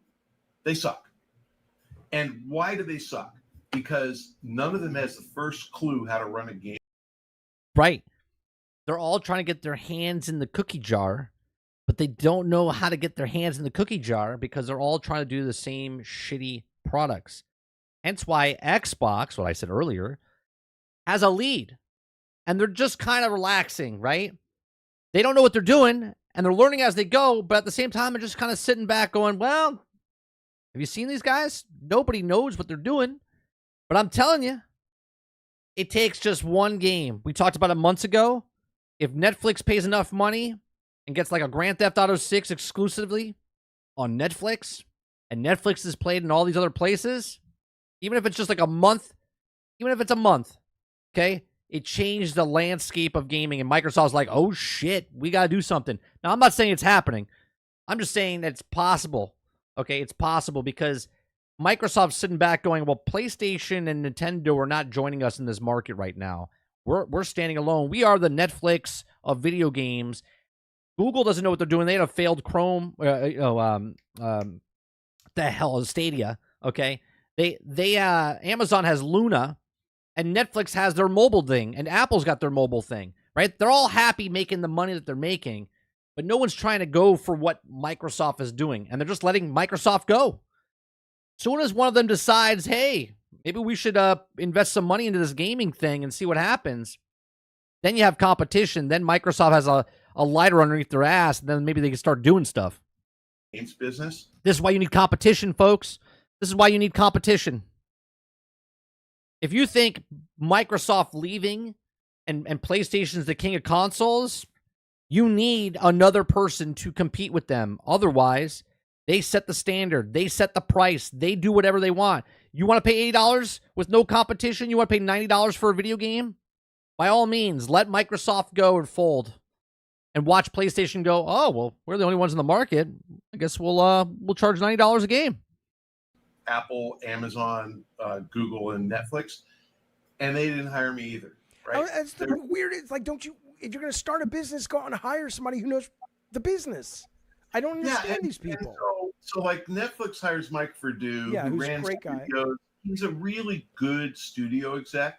Yeah. And then they bumped him up to head of all studios, and they just hired Alain Toscan, who's a wonderful guy, but he's a console studio guy, right?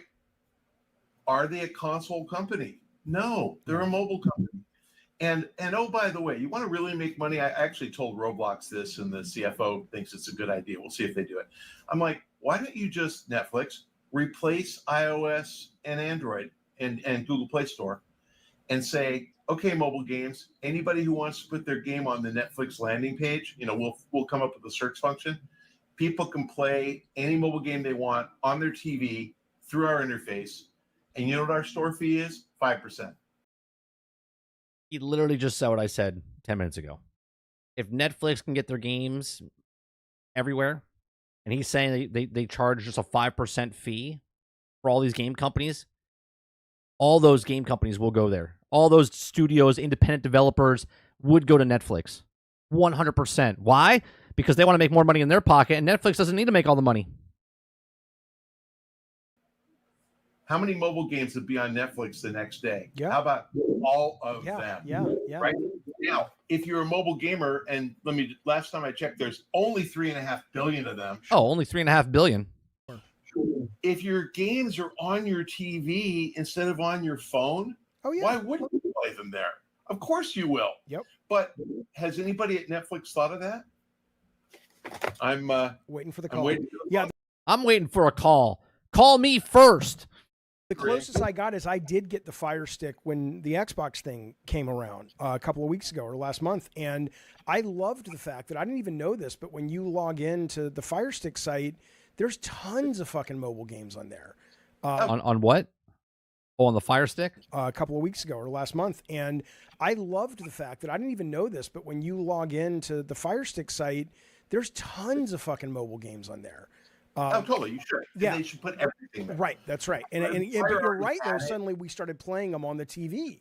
So Fire already had it. But they should put, look, if you told, I mean, they own Activision, put Candy Crush on there, but put League of Legends on there, 5%. Put Fortnite on there, 5%. Like, really? No work involved. Like, Epic's going to say, no, thank you. We don't want to be on another platform. Well, 5% Epic might do it, but Epic was in a lawsuit with Apple because they didn't want to spend more money. Say they haven't called you. Do you really mean like if you're telling me if Microsoft called you and said we want you to come and be sort of the business head of the Game Pass initiative, you would walk away from Webb Bush Morgan and all of that you've built to try that? Yeah, I'm old. If Microsoft said to me, Argus says, and what percentage of players, of mobile players only play mobile games when they shit or aren't at home? If they're at home, why wouldn't they just play the console over Netflix bullshit interface that they truly? This is what he's saying. If they put it on their television set, if they make the games and put them on the television set, okay, where they actually work on the television set, then it would be much better, wouldn't it? If you can get a controller and sit down and actually play.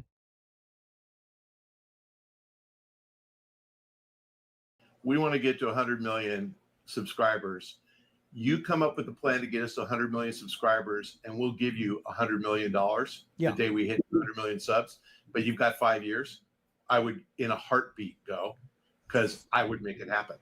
Phil Spencer, I know you watch the show. I don't know if you watch it. He doesn't know who I am. Phil Spencer, give Michael Pachter a call. It's called, I don't care what we call it. For now, I'll call it, we'll just call it Big Hit, Meh, or Failure. I'm going to read about 12 or 15 games coming out because the next 3 months are nuts. What was the middle? Meh? Meh. It's just like, eh. Okay. Like, it'll like be a meh. fine. I just want to, and I have a Google Doc that I'm going to play along with him. Chat. We'll play along with Jaffe. He's going to say a game, and then we'll decide if we say it's what was the thing? Good, meh. Sent out to the internet today, so I want to see how good you are at matching the sentiment of the. I may not know some of these, but go you'll ahead. know them all because they're big. Okay, so Big Hit, Meh Hit, or Bomb? Black Myth Wukong. Well, obviously, we know the number now. Okay, I thought it would be a big hit. Regardless, it definitely wasn't going to bomb. It was the #1 wish list game on Steam, right? So obviously, we know it's a hit, right? Regardless of what they say or what we say. Meh. Okay. Meh. All right. Well, meh means it's not bombing. It's in the middle. We'll see. Star Wars Outlaws. Star Wars Outlaws. I think Star Wars Outlaws, and this is sales now, not what you think fundamentally. What you think fundamentally, if you like a game or not, just the name itself and what you think financially it's going to do. Bomb, meh, or successful. I think it's going to be meh. I think Star Wars is going to be meh. Yeah, I think it's sales numbers, chat. This is not on your, like, I love this game and I think it's going to succeed. What you think it's going to do in sales number.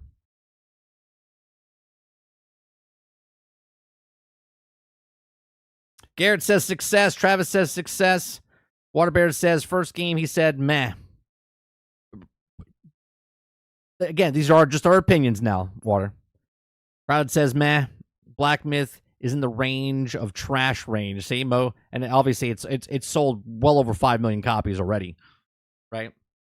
All right, let's do the next one. I think big hit, but unless they fuck it up, it sounds. He says Outlaw is a big hit. Sounds like a big hit. Visions of Mana. Visions of Mana. I know nothing about the franchise. I'm gonna say meh on Vision of Mana. Meh. Although again, you're telling what kind of games I like. But go ahead. I'm excited. Yeah, Astrobot. Astrobot's going to be good. It's going to be a high. Astrobot's going to be a good hit, successful hit. Big hit. Love that game. Space Marine 2. Space Marine 2, I think is going to be a big hit. I think Space Marine 2 is going to be a big hit. Based on what we've seen, not based on what speculations of co-op not working and stuff, I think Space Marine 2 is going to be a success. Meh. Lollipop Meh! What's wrong with you? Chainsaw Remaster. What was that one? Marine 2. Meh. Lollipop Chainsaw Remaster. Lollipop Chainsaw Remaster. I've never played that game. It's a remaster, so the sales don't have to be that high. I'm going to say meh. I'm going to say meh on Lollipop Chainsaw Remastered. Sneaky big hit. What does that mean? What does that mean? That's what I just asked. Not enough people are going to know about it or play it. Okay, so like a cult classic type of thing. I still think meh. So then it won't be a big hit. Like It'll it's a cult be hit? people will love it. It'll be like the movie Source Code. But that has nothing to do with sales numbers. Did you see Source Code? With Jake Gyllenhaal? Yeah, it's Yeah, like with one of the the bomb. best movies Yeah, ever. it's But great. nobody saw it, but it's a great movie. David Yeah. Bowie's Or kid like- directed that, I or think. like Psychonauts, like just really great, but nobody Okay, played and it. we're talking sales on all these, just so Thank you, Jaffe. That's exactly right. We're talking about sales numbers. you know. Yeah, okay. Dead Rising Deluxe Remaster. Dead Rising Deluxe. Meh. Dead Rising's meh. Between man and big hit, it'll do well. Indiana Jones. Indiana Jones. It's on PC. It's on PC. Oh, hold on one second.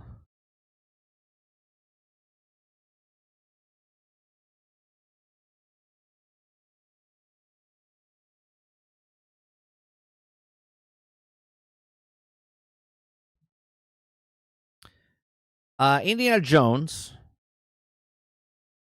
I think will be a.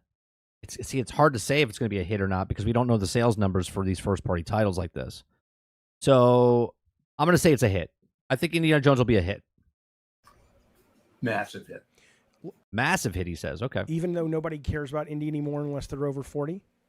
They should care about him. Of course. I think Jaffe's asking a question, even if nobody cares anymore because anyone under 40. I think as a gamer, Indiana Jones for the younger group is still like a Lara Croft or a Nathan Drake, because those young people also don't know who Nathan Drake is, and they barely know who Tomb Raider is. Right? It's like the Fortnite mentality. I bet you people from that look at Tomb Raider think that Indiana Jones copied Tomb Raider, right? The last two films that came out, I bet you they think that it copied Tomb Raider and not the opposite way around. Of course, but they don't. He's like the male version of Lara Croft. That's fun. Okay, I thought that was Nathan Drake, but fair. Okay. No, but I always thought Lara Croft was the female version of Indiana Jones, because obviously we all were exposed to Indiana Jones first. Of course. No, I'm a huge indie fan. Legend of Zelda Echoes of Wisdom. Oh, come on. What is this one? So I'm a huge indie fan. Legend of Zelda Echoes of Wisdom. Oh, that's a hit. That's a hit. Legend of Zelda, where you're playing Zelda, is 1,000% going to sell like 25 to 30 million copies. oh, come on. Anything You're playing a girl. which is awesome. I know, but I mean, Yeah. So you I mean, think come big on. hit. Massive. Yeah, that's going to sell. That's going to sell ridiculous amounts. PlayStation and Xbox would love if they could get a title like that. Silent Hill 2 remake. What was that one? Yeah. So you I mean, think come big on. hit. Massive. Silent Hill 2 remake. Silent Hill 2 remake. Sales numbers, if it's a remake, it doesn't have to sell as many copies. I think it'll be a hit on that, but I think the game will be meh. In the overall scheme of like, it'll sell like 3 to 5 million copies, which will be meh in the industry, but I think it'll be a big hit for them. I think that's big hit. That was Okay. that was a good game. First one. Until Dawn remake. Until Dawn remake. Meh. I'm kind of over that. Nah. Yeah. Super Mario Party Jamboree. Super Mario Party Jamboree. That is a hit. Regardless if people don't think so, that will be a massive hit. 20-player online Mario Party.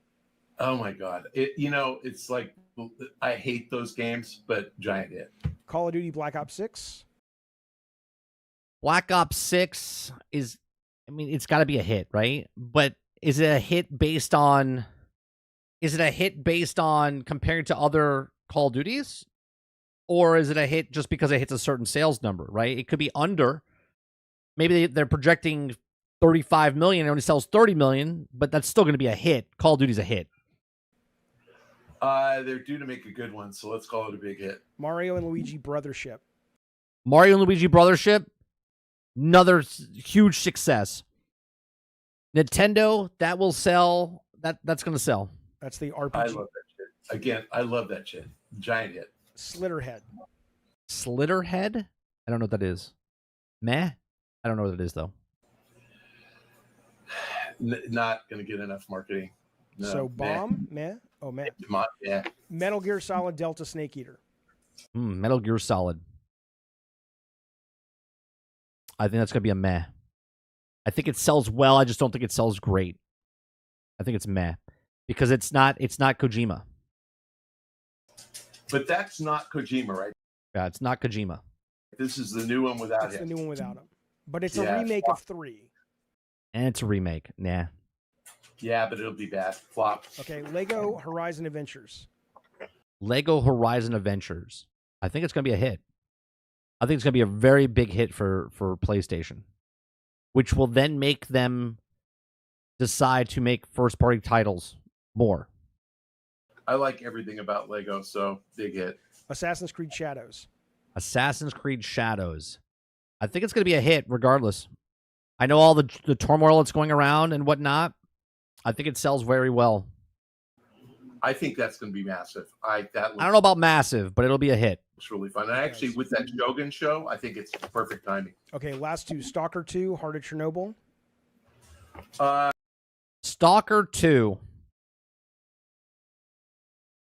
I think Stalker 2 gets a meh. I hope it's great. I loved Stalker, so and it is the same studio, but those guys were Ukraine though, weren't they? Yeah, one guy died. One guy fucking died. Yeah. So I mean, I kind of only worry about their ability to get that game done right, but yeah, I love Stalker. But 1. is it a big hit, or are you just excited for it? Yeah, yeah, surprisingly big hit. Dragon Age Veilguard, last one. Dragon Age Veilguard. Based on what we've seen, I'm going to say meh for now. But they can win me over. Based on what we've seen, I'm going to say meh for now, but I got to see more. Gigantor. Really? Wow. Okay. Yeah, they're due. Those guys haven't made a game since Anthem. Come on. They're so due. What's going to bomb that will surprise people? What do you think the bomb is of the Christmas season that no one sees coming but you?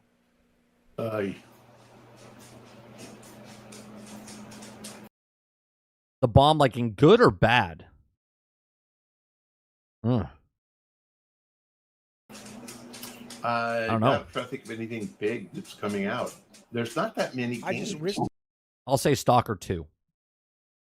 But Stalker 2 comes out in February next year. That's not coming out this year. Oh no, Stalker 2 is coming out this year. They pushed Avowed. I think Stalker 2 is gonna not be very good. I don't think it's gonna be very good.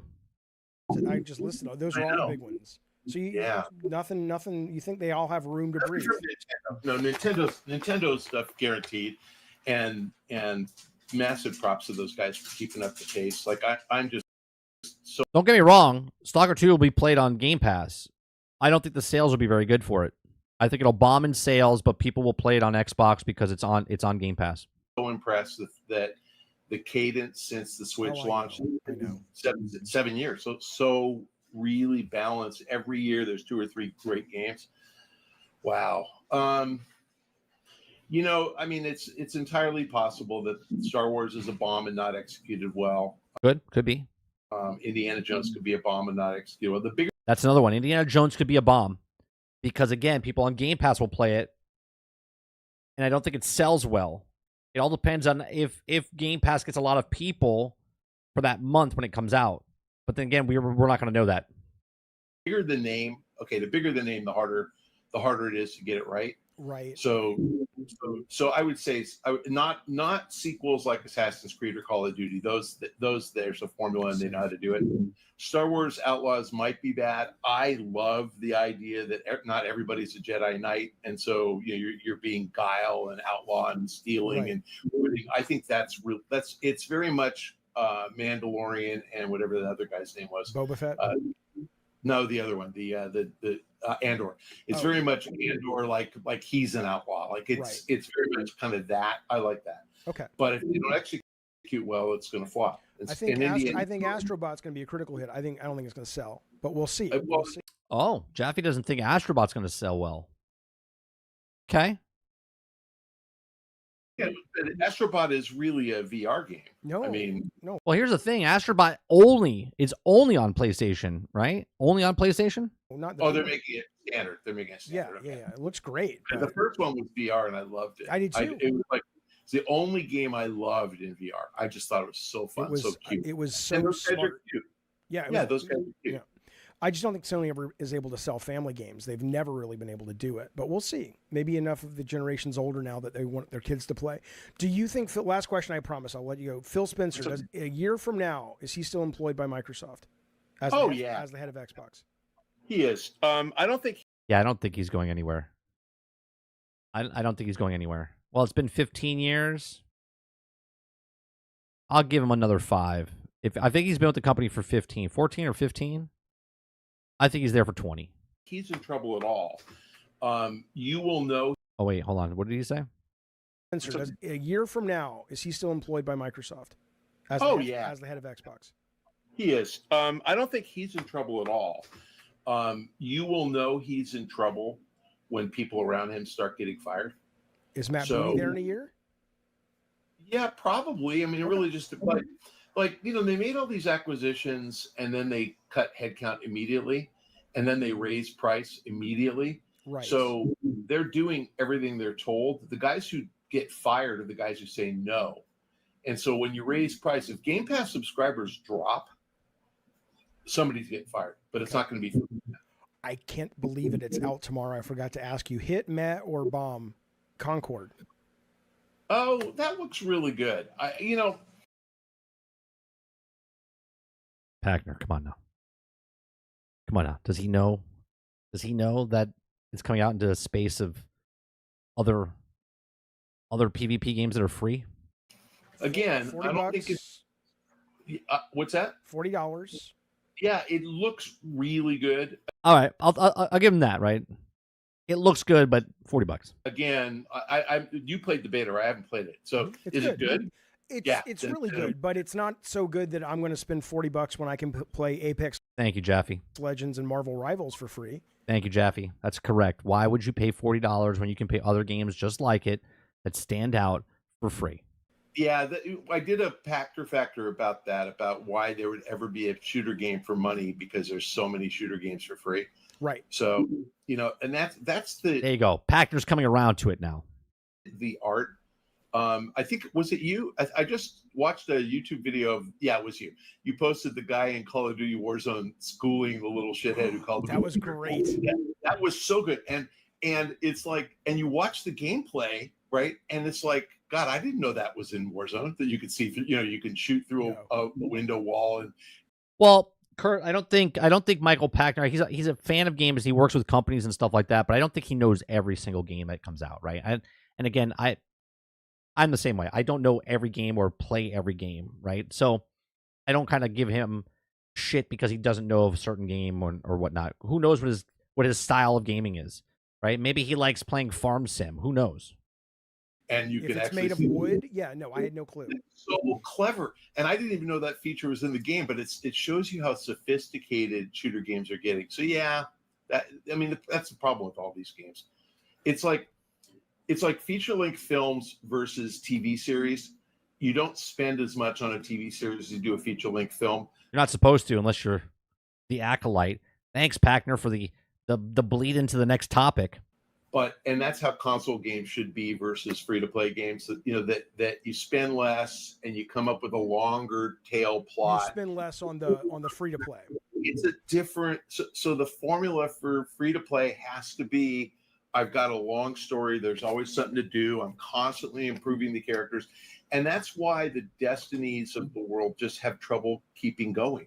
And Overwatch has trouble keeping going because it's a $60 game. GTA can do it because it's GTA Online, and so that's right. It's free. It's free to get in, or a small fee to get in, and they just keep putting more stuff in there. Component that keeps it going is the free to play experience. FIFA Ultimate Team is the experience. What it's called, a football club. It's really hard to do what feels like a free to play game for money. I think so. I expect that to not do well. All right, Michael Pachter, can we expect to see you in the Olympics in 4 years? Breakdancing? They got rid of it. They took it out of the Olympics already.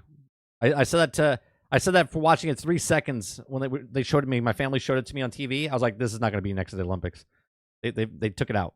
I was a world-class swimmer. I know, but now breakdancing's the thing, and I hear you're up for the next team. So we're somebody posted a side-by-side of Ray Gunn and an actual kangaroo. Oh no! And it's really funny, and her moves are actual kangaroo moves. So she's pretty bad. You know that they got rid of breakdancing; it's gone. It's not in the next. Yep. Because people just mocked it mercilessly, or is that why? It's a stupid sport. So, but yeah, it's gone. It's cool in the streets, not as an Olympic sport. So LA Olympics, they're adding 4 or 5 sports. I looked them up the other day, but they got games. They got video games. It's not part. It's part of the Olympics. It's not part of the broadcast, but there's a video game section now. There's 5 sports in my town. If you want to come and spend the week in my guest room. Where are you? You're in LA. I'm in Long Beach. We have sailing. Ooh. We have team handball, which I didn't even know. I don't even know what it is. Yeah. I know it's like soccer, but you play with your hands. But we have swimming, and we have the triathlons here, and I think the marathons. Are you guys is the planning interview on over? going Yeah, events? it looks like it's over. All right. So go to David Jaffe on his page. It's down in the link below with the video that we just watched. So you can go over there, check it out, give it a like, check out his videos. I like watching him every once in a while. Jaffe's funny because he just says whatever he wants to say. He might, insult people 1 second, then comes back in, and it's just, he's a very unique person. I would love to interview him to find out from his game design stuff to his YouTube content. He's approaching 55,000 subscribers, so go check him out over on YouTube. All right, the next story we're going to talk about that Packner talked about, or they were talking about, as far as you shouldn't spend as much money on a TV show as you do a movie because it just doesn't cost as much unless you are the Acolyte. And if you've seen anything of this picture of this thumbnail, okay, that's me literally laughing at the Acolyte. I had to capture it. I read it. I recorded it. That's me laughing my ass off at the Acolyte.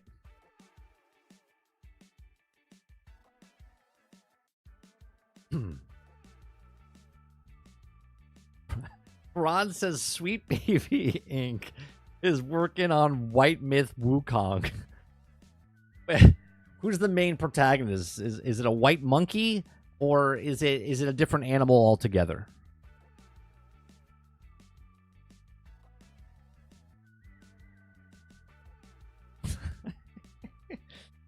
Okay, so everybody tells me that the Acolyte is such a good show. Such a good show. We looked at it, and I like to give movies and video games, I like to give it the visual test, or if it was like a food, right? You give it the smell test, right? You could tell if food is good or bad most of the time by just giving it the sniff, right? You give it a sniff, you give it a visual, you're like, you know what? If the visuals doesn't look good, but it smells good, you're more likely to eat it. If it looks good but doesn't smell good, you're a little hesitant to eat it. Okay? But obviously, if it smells good and it looks good, you're going to eat that. Okay. Well, in the video format, you look at a show, you look at a trailer. A trailer is that plate they put in front of you, that appetizer, that meal they put in front of you, right? It's an appetizer. Okay. They put it in front of you to see it with your visual eyes, and then your ears take it in, right? Obviously, you can't taste it, right? Your other senses are kicking in, your eyes and your ears. And you look at it, and you see it, and you look at it and go, man, that looks like a really good show. Music sounds good. The dialogue sounds good. Lots of action. You can see the stuff, and you're like, interesting. But when you don't see that, give it the smell test, right? You give it that eye test, basically the smell test of video, right? And you're like, it doesn't, something about it doesn't capture me. Now, obviously, if the Acolyte came out before Boba Fett and before Mando Season 3 and before Obi-Wan and before all of that, you might look at the Acolyte in a different light. But unfortunately, the Acolyte came out after Boba Fett, after Obi-Wan, after Ahsoka, after Season 3. So, like, the Mando Season 1 and 2 was really good. People liked it. Then all those other shows came out, and then the Acolyte came out, and the Acolyte was terrible. And people want to tell you that, oh, no, you don't know what you're talking about. You, Star Wars fan, that's been watching Star Wars for 40 years, doesn't know what you're talking about. These are great characters. The written story characters are fantastic. It's so good. If it was so good, then how come the Acolyte canceled Season 2 for Disney Plus? All right? If it was so good, then why, on God's green earth, okay, did the Acolyte score less than every other thing in existence on television that it was competing against? Okay? Not only did it lose to everything else that was out there behind Prime Video and Netflix and Netflix and Netflix and Hulu and Netflix, okay, and Paramount and Netflix, Disney Plus was number 10. I guess congratulations for making it number 10, but this is not the way to go, okay? So it was so bad that it was Star Wars season finale ratings on Disney Plus. Comparing the numbers to other Star Wars season finales, okay, it was higher for season finales because it was a train wreck and people wanted to see it. But it was just, you know, here's the stats, right? Ahsoka 575, Andor 674, Obi-Wan 860, Boba Fett 885, Mando season 3 1012, and Mando season 2 1336. Right? It was worse than all of them. Well under 335. Okay? 335. And obviously, as I said, Mando, Season 3, bad. Boba Fett, bad. Obi-Wan, worse. Andor, very good show, but at this point, people have already checked out because of these three areas right here. Okay? And then Ahsoka came out, and now the Acolyte at 335. Okay? So, exclusive. The story of the Acolyte will not continue, with Lucasfilm opting not to proceed with the second season of Star Wars offshoot starring Amanda Stenberg. Sources tell Deadline. Word of the decision comes out more than a month after the 8-episode first season of the series from the creator, director, executive producer, and showrunner Leslie Headland wrapped its run on Disney Plus. Now, the news is not entirely surprising. Oh, it is for the people that love the show, right? Like, it's okay to like something. It's okay to like something that's bad. Again, I love games that are bad. I loved Marvel's Avengers. Not a good game. I enjoyed Suicide Squad. Not a good game. See, the difference between me and people that are not, people that are delusional is that I don't try to sell you on things that I like, okay, because I know they're bad. People that defend things blindly and they're like, it's the best show on TV, it's so good, the writing's so good. You're literally just a sheep in the mind of other sheep thinking that something's good because you want it to be so good, you're trying to manifest it into being good. No, the writing, the shooting of it, the storytelling was all garbage. Garbage. Okay? They put characters in the show that shouldn't have been alive. okay? And people are concentrating on birthdays, okay? Like, fundamentally, it shouldn't even be alive, okay? They put Plagueis in the show, but they didn't tell you it was him. But people that are Star Wars fans knew it was him. But they didn't tell you in the actual show who it was, or describe it, or anything like that. Okay? So, driven by the interest into the venerable space franchise, the Acolyte got off to a strong start when it launched on June 4th with just 2 episodes generating 4.8 million, which is not a good start. They make it sound like it's a good start. That's terrible. Terrible. Okay? If I compared opening shows, and they do this trick where they take 2 episodes to make the time look like it's bigger and more people watch. Half the people stop watching after the first episode. First episode, okay? Then the second episode, half of the people stop watching the second episode. Amazing. Okay? So it said streamer ranked the biggest series premiere of Disney Plus this year, right? Because they have to put it this year. The tally rose to 11.1 million views globally after 5 days of streaming. Collaborating Disney's data, the series made its debut on Nielsen's top 10 original chart and premiered week at number 7, 488 million minutes viewed, climbing to number 6 the following week.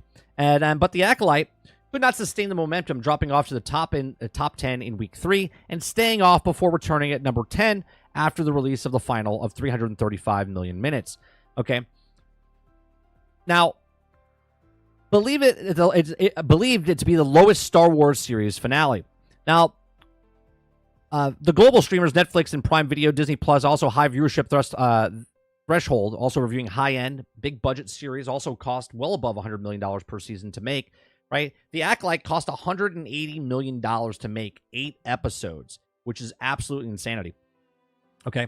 The Acolyte was also a mystery thriller that took viewers into the galaxy of a shadow secret of emerged dark side powers in the final days of the High Republic era.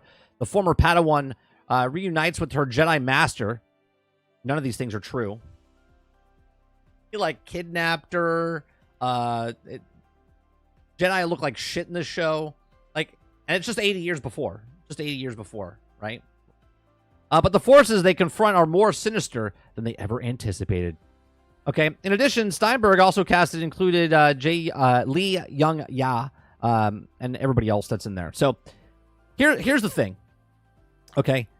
This lovely actress came out with a video to diss the fans because they didn't like the show. Because that's what you do. When you don't like something and you tell people that you don't like it, the first thing to react is, well, go F yourself.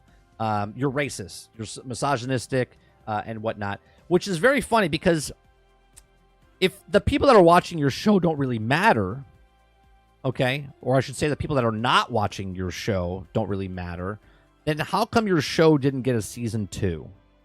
How come the company that puts you in charge of your series and was behind you when you were making music videos and talking shit to the fans, how come they're the ones that said, I'm sorry, you don't have a job anymore? How does that make me racist in any way, shape, or form? Right? So I'm excited. I'm excited for just a small little glimpse of reasoning here. Not only did they cancel The Acolyte, but they're also not making a season 2 of Boba Fett. They're only making the movie of the Mando, okay? But they're maybe turning a corner. I'm not excited about this by going, oh, see, they finally did it. They're listening to the fans. They're going to make Star Wars. I am done. Okay? All of these Star Wars things that I have behind me, I'm a fan of Star Wars, and I'm still a fan of Star Wars. I'm just not a fan of Disney Star Wars, right? It's going to take a really long time for me to come back to a Disney Star Wars anything, okay? Because they don't like me.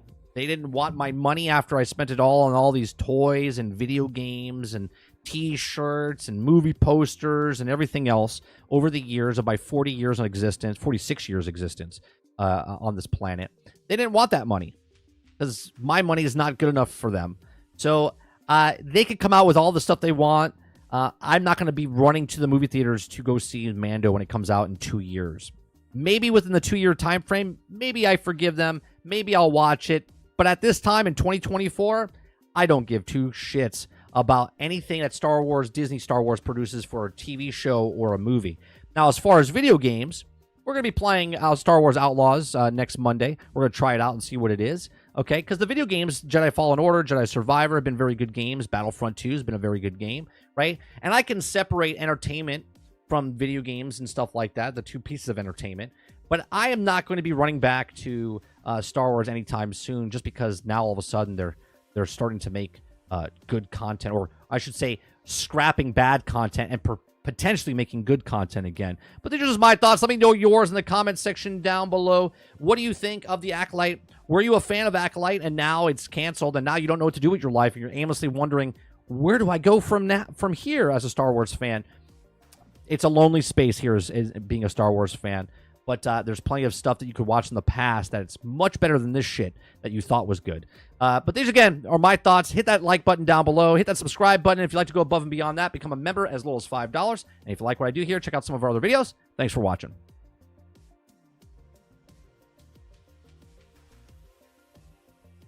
No, I didn't watch season 1 of Andor. Garrett, I hear it's great. Creature and Lono tell me both that it's a fantastic show to watch. I have no interest of watching it. Maybe down the line I will. But for me, even if it's good, I would rather go watch a good show that's not connected to Star Wars than connected something to Star Wars that I'm just upset at the series right now, right? So regardless if it's good or not, I'll watch it down the line, but I'm not like super amped up to go watch Andor season 2 or season 1. I have watched The Bad Batch. I need to watch 8 more episodes in season 3. I watched it when I was on vacation. I like The Bad Batch. I like the Clone Wars stuff that they've created.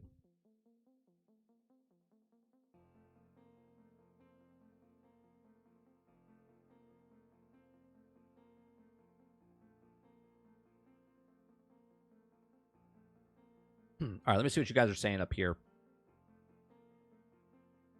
Let's see. You guys are talking about Elden Ring.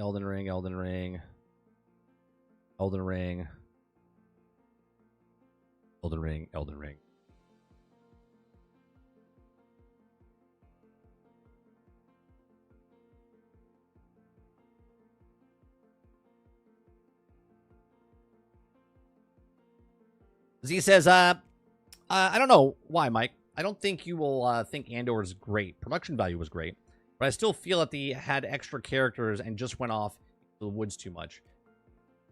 Yeah, it seems like to watch Andor, and again, I haven't seen it, and I'm not giving shit to it because I haven't seen it. Okay, but for what I've seen clips and stuff for, it feels like a lot of context for like a small answer of, oh, this is why they built the Death Star, you know, like reasoning type of stuff, just as an example, right? It's like, do I need that information to go, oh man, this is mind-blowing? Like, for instance, in the Clone Wars television show, from that, hold on one second, guys.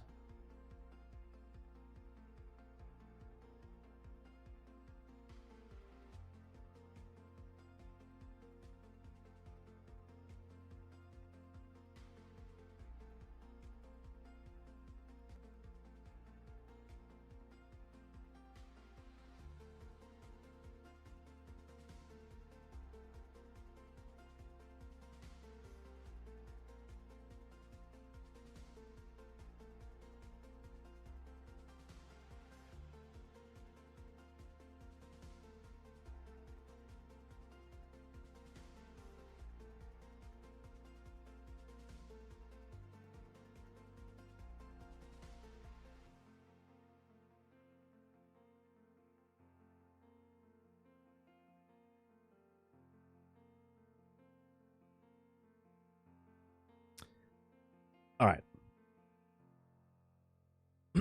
Yeah, so talking about like the Clone Wars and stuff, like going back to episode 4, New Hope, when Obi-Wan says, you know, I fought with your father in the Clone Wars, and then they make the Clone Wars, episodes 1, 2, and 3, and then they make more of the Clone Wars because they couldn't fit it into the actual movie.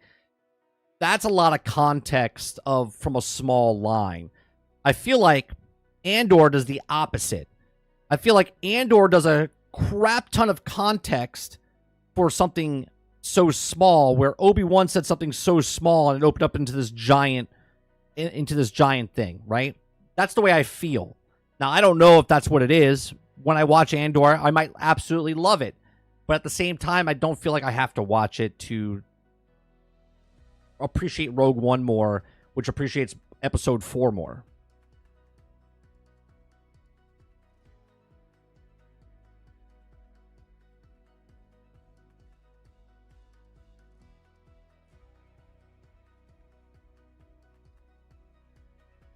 Argus says, just remember, if you're going to criticize something people love from a place of authority, expect pushback and investigation into your ability to be trusted or listened to as such as an opinion.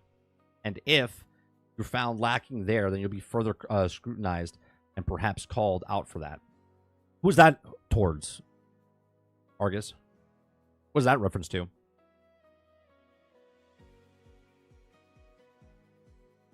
He says, no, that's the problem to the show. Isn't like that it gets into the political or both sides. There's a small thread about the mammoth daughter, Maud Moth's daughter, and she's going to get fixed up with some other elites. Yeah, see, I don't know. I mean, it might be awesome, but I just feel like there's not enough there. I've said this to Creature when we talked about it in the after show on Reforge, because they keep telling me to watch Andor. I think Andor is great. And I would be okay if Andor and Rogue One, if they made if they made all the Star Wars like that, then I think it fits perfectly. But Rogue One, I enjoy the film. I think Andor looks fantastic, but I feel like it's not Star Wars, if that makes sense. You know what I mean? Like the stylistic of it and stuff like that. It just sticks out from the rest of the Star Wars that we know from Lucas 1, 2, and 3, 4, 5, and 6. It just doesn't fit visually. Now, if they ever redo it, if they want to make a Star Wars more gritty, like a Saving Private Ryan type of thing, then 100% you can do it the Rogue One style. Then I would be interested in it.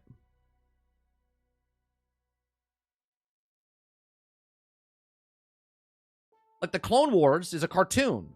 Obviously, it's not stylistically the same as Star Wars, the films. But the show also has the same humor as the movies. They don't have the same humor and the same kind of writing in Rogue One and Andor than everything else.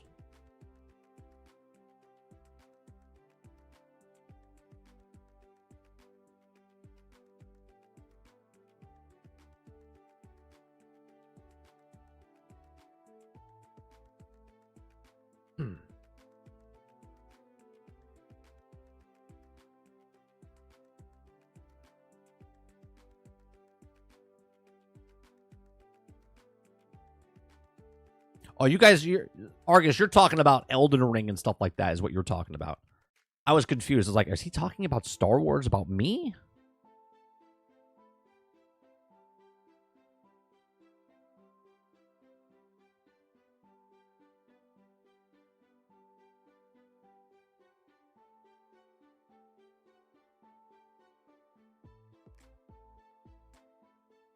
Man, Travis really got you guys going with the with the Elden Ring.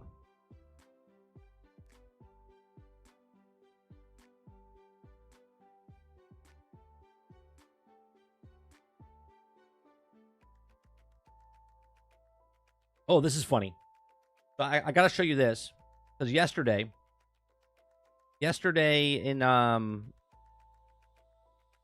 in Discord.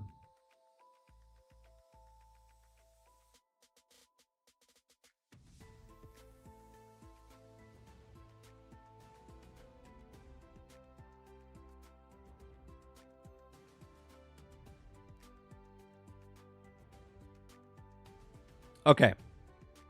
So, the next thing I'm going to read is that Borderlands Borderlands the movie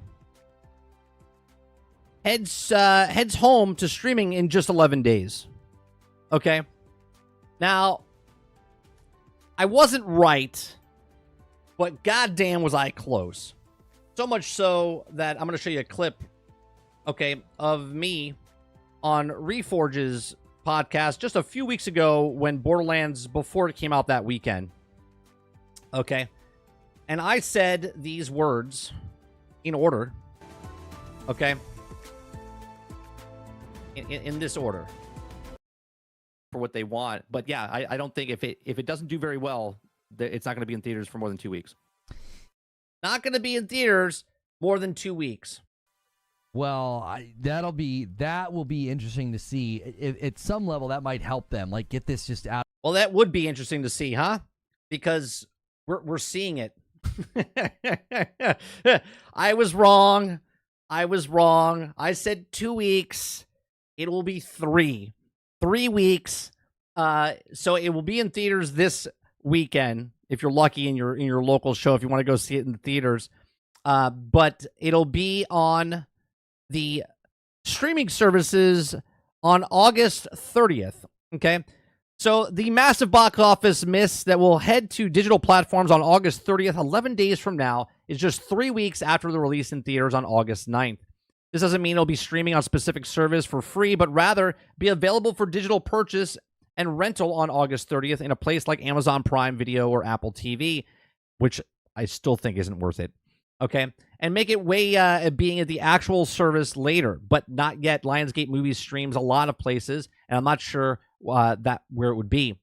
Here's the thing: this will be on a streaming service, okay, on a streaming service by Christmas, okay, by Christmas. And when I say Christmas, I mean like after Thanksgiving to Christmas. By the end of the year, before the end of the year, this will be on a streaming service where you don't have to pay a cent for it. Believe you me. Because they're shopping it around right now to see who's going to pay some money to just put it on their streaming service. But unfortunately, I don't think it's going to get a lot of bids. Okay? I don't think it's going to get a lot of bids. Okay?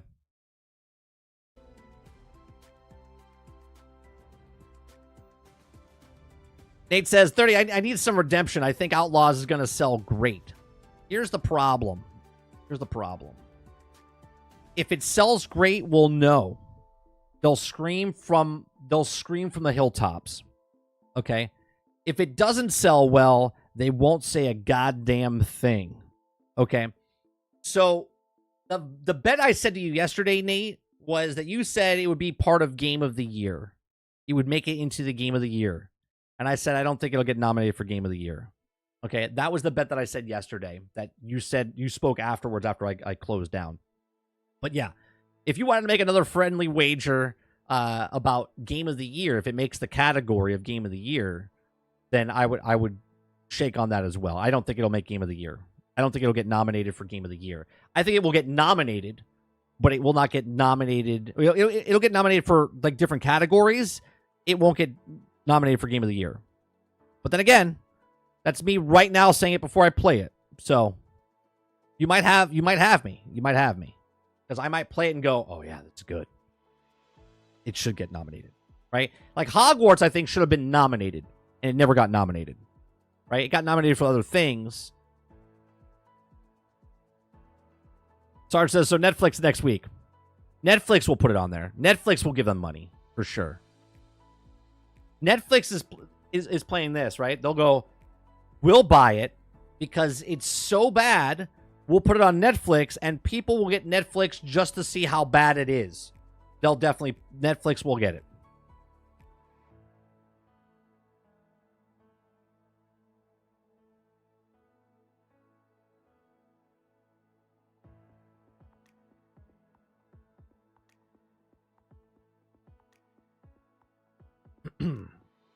Argus says, I want Outlaws to be really good. I think it's going to be going to not be as good as people think or picturing in their heads, but where the real it lies, if it's to be 75% good, and we hope and will. I think it's going to be good.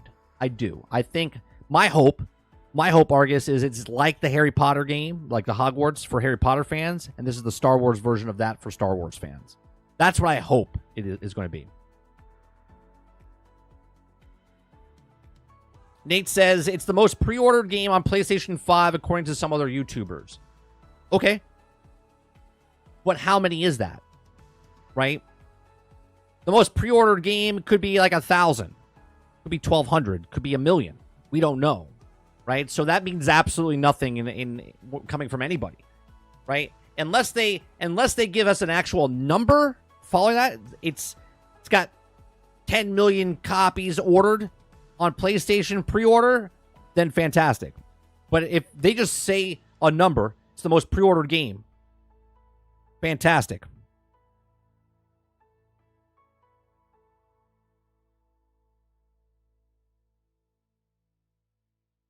Sarge says that's a good bit. We should use Old Yeller end scene for dead piece of content. We just play that scene. Is it what's it called? A public domain? Is it old enough?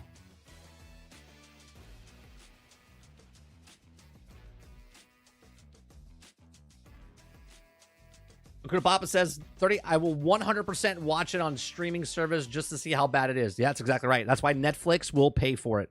It'll be out by November. It'll come out right during Thanksgiving. Right during Thanksgiving time or Christmas time, in that month spot.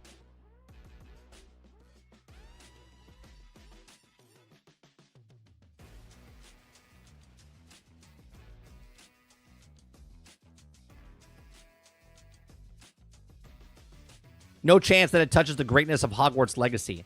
It doesn't need to. Don't get this confused, Kylo. I don't think it needs to sell the 25 million copies. That's not what I'm comparing it to.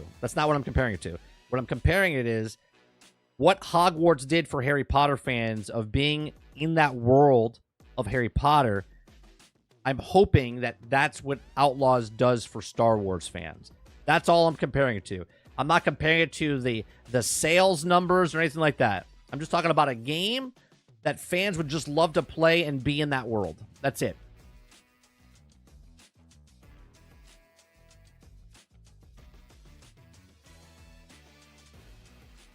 Altern says, you can say 30. That's your new hope for the game. See what I did? I did.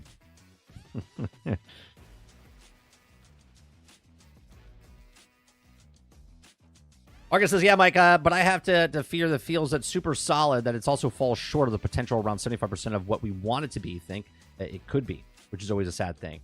Sure. Like we're thinking that you could do a lot more in the game, but you really can't type of thing. Marky Mark says, I don't pre-order crap anymore after Anthem. And that's a beautiful thing, Marky, right? Don't pre-order stuff until you know what you know. Right? Don't go into the hype of something, right? They can visually make something stunning. Just don't do it. Don't do it. Right, Jones. Is it most pre-orders sales this week, the month? There's no qualifiers. There's no nothing, right? And then it could be like, I post a video up on YouTube. It shoots up like this. I'm like, man, this is the best video I've created ever on YouTube. And then just 10 minutes later, it does a nosedive, and I'm like, oh, well, that didn't last, right? And that, if there's no numbers behind it, if there's no substance behind it, it doesn't really matter. This is the best video I made on a Monday in August with the year ending in a 4, right? Like, you can say whatever you want to make it justify that it's doing well until you actually show, hey, this is what it did. If it does well, they will scream from the rooftops. Okay? Guarantee that. If it doesn't, they'll stay silent.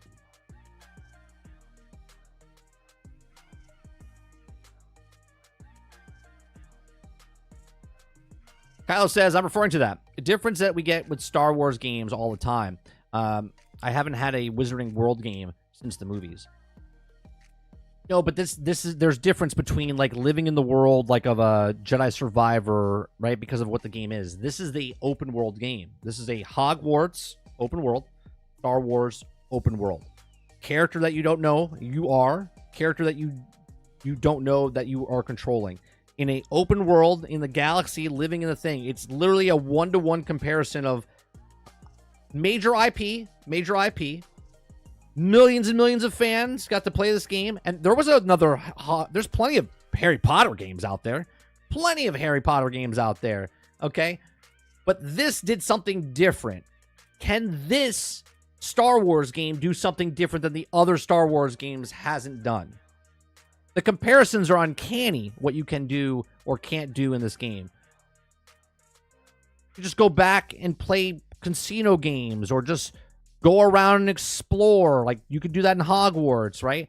We're not talking about story or anything. I'm just talking about taking a character, moving it around in a world that you love.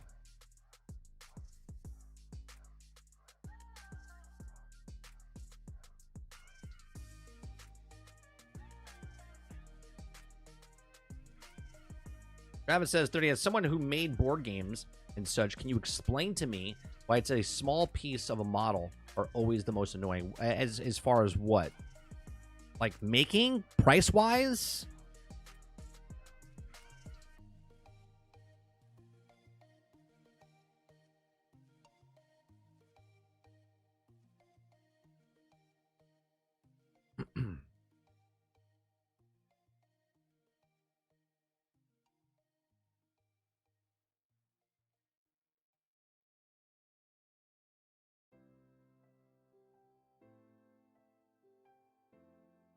Like the parts that never want to fit together correctly? Well, that's just bad design, and also the moldings. It all depends on what they are.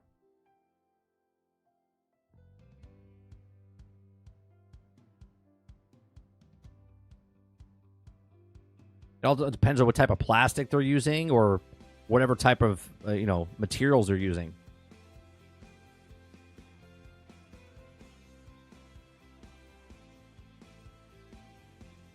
Hold on one second. Let me find something real fast.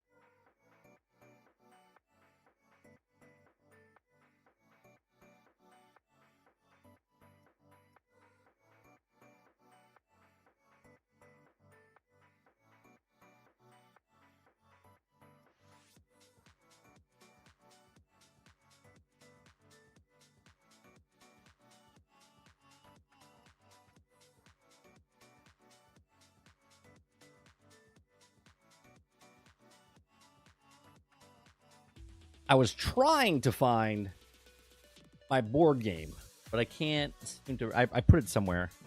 I can't remember.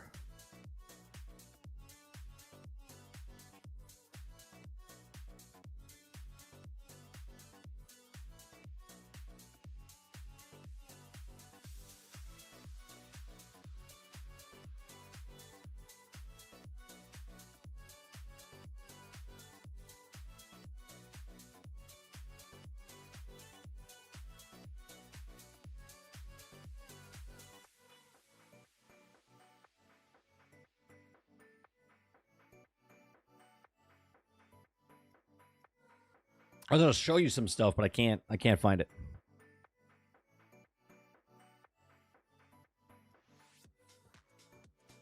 Just noticed Chuck E. Cheese has lost some weight. Chuck E. Cheese. Like the mascot?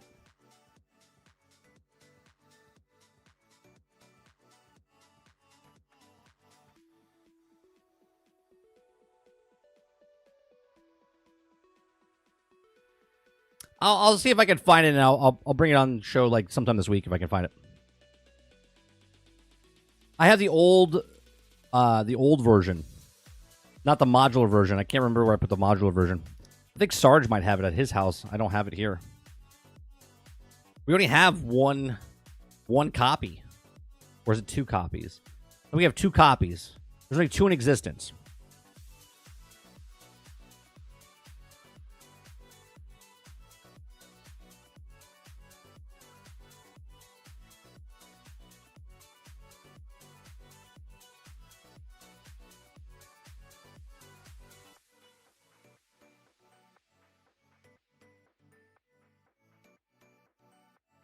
Is that true? Is that true that Chuck E. Cheese has lost weight?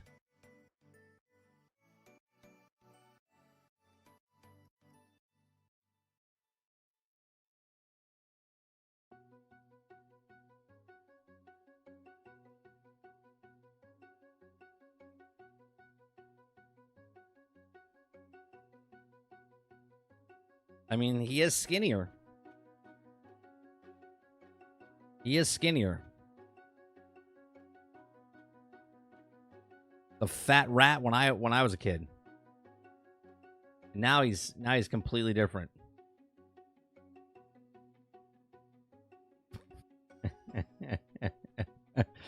Yeah, it looks completely different. Is that even the same? Is that the same character?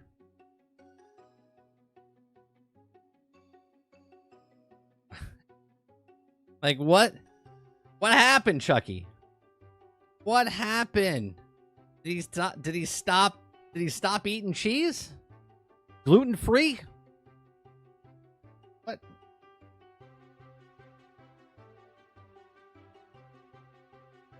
My goodness! They even whitewashed him. They even whitewashed him. He's non-dairy, and they literally made him white. Oh my god! Look at this. Even Chuck E. Cheese can't even get away from it. They recasted Chuck E. Cheese, but not Black Panther.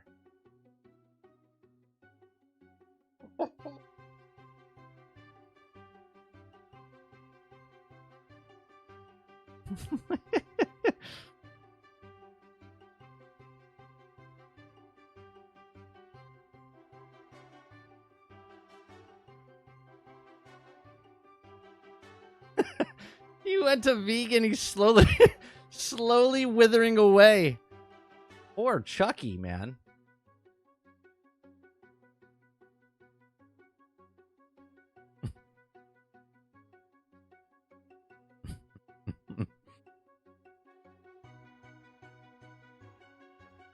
The old one looks fun.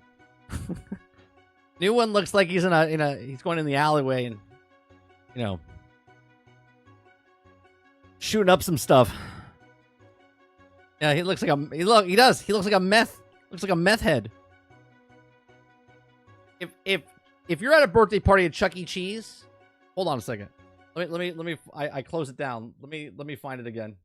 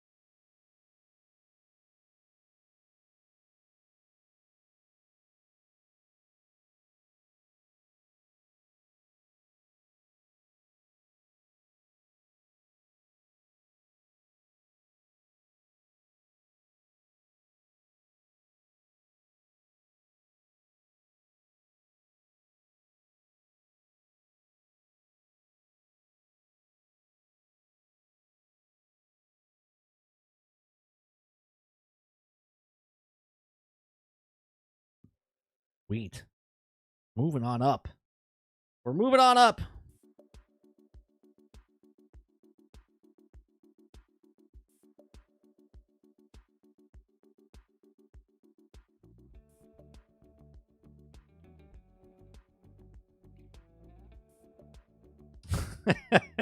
Roadkill says, yeah, there was too many holes in the costume, if you know what I'm saying. And he wasn't a piece of cheese. He wasn't a piece of cheese.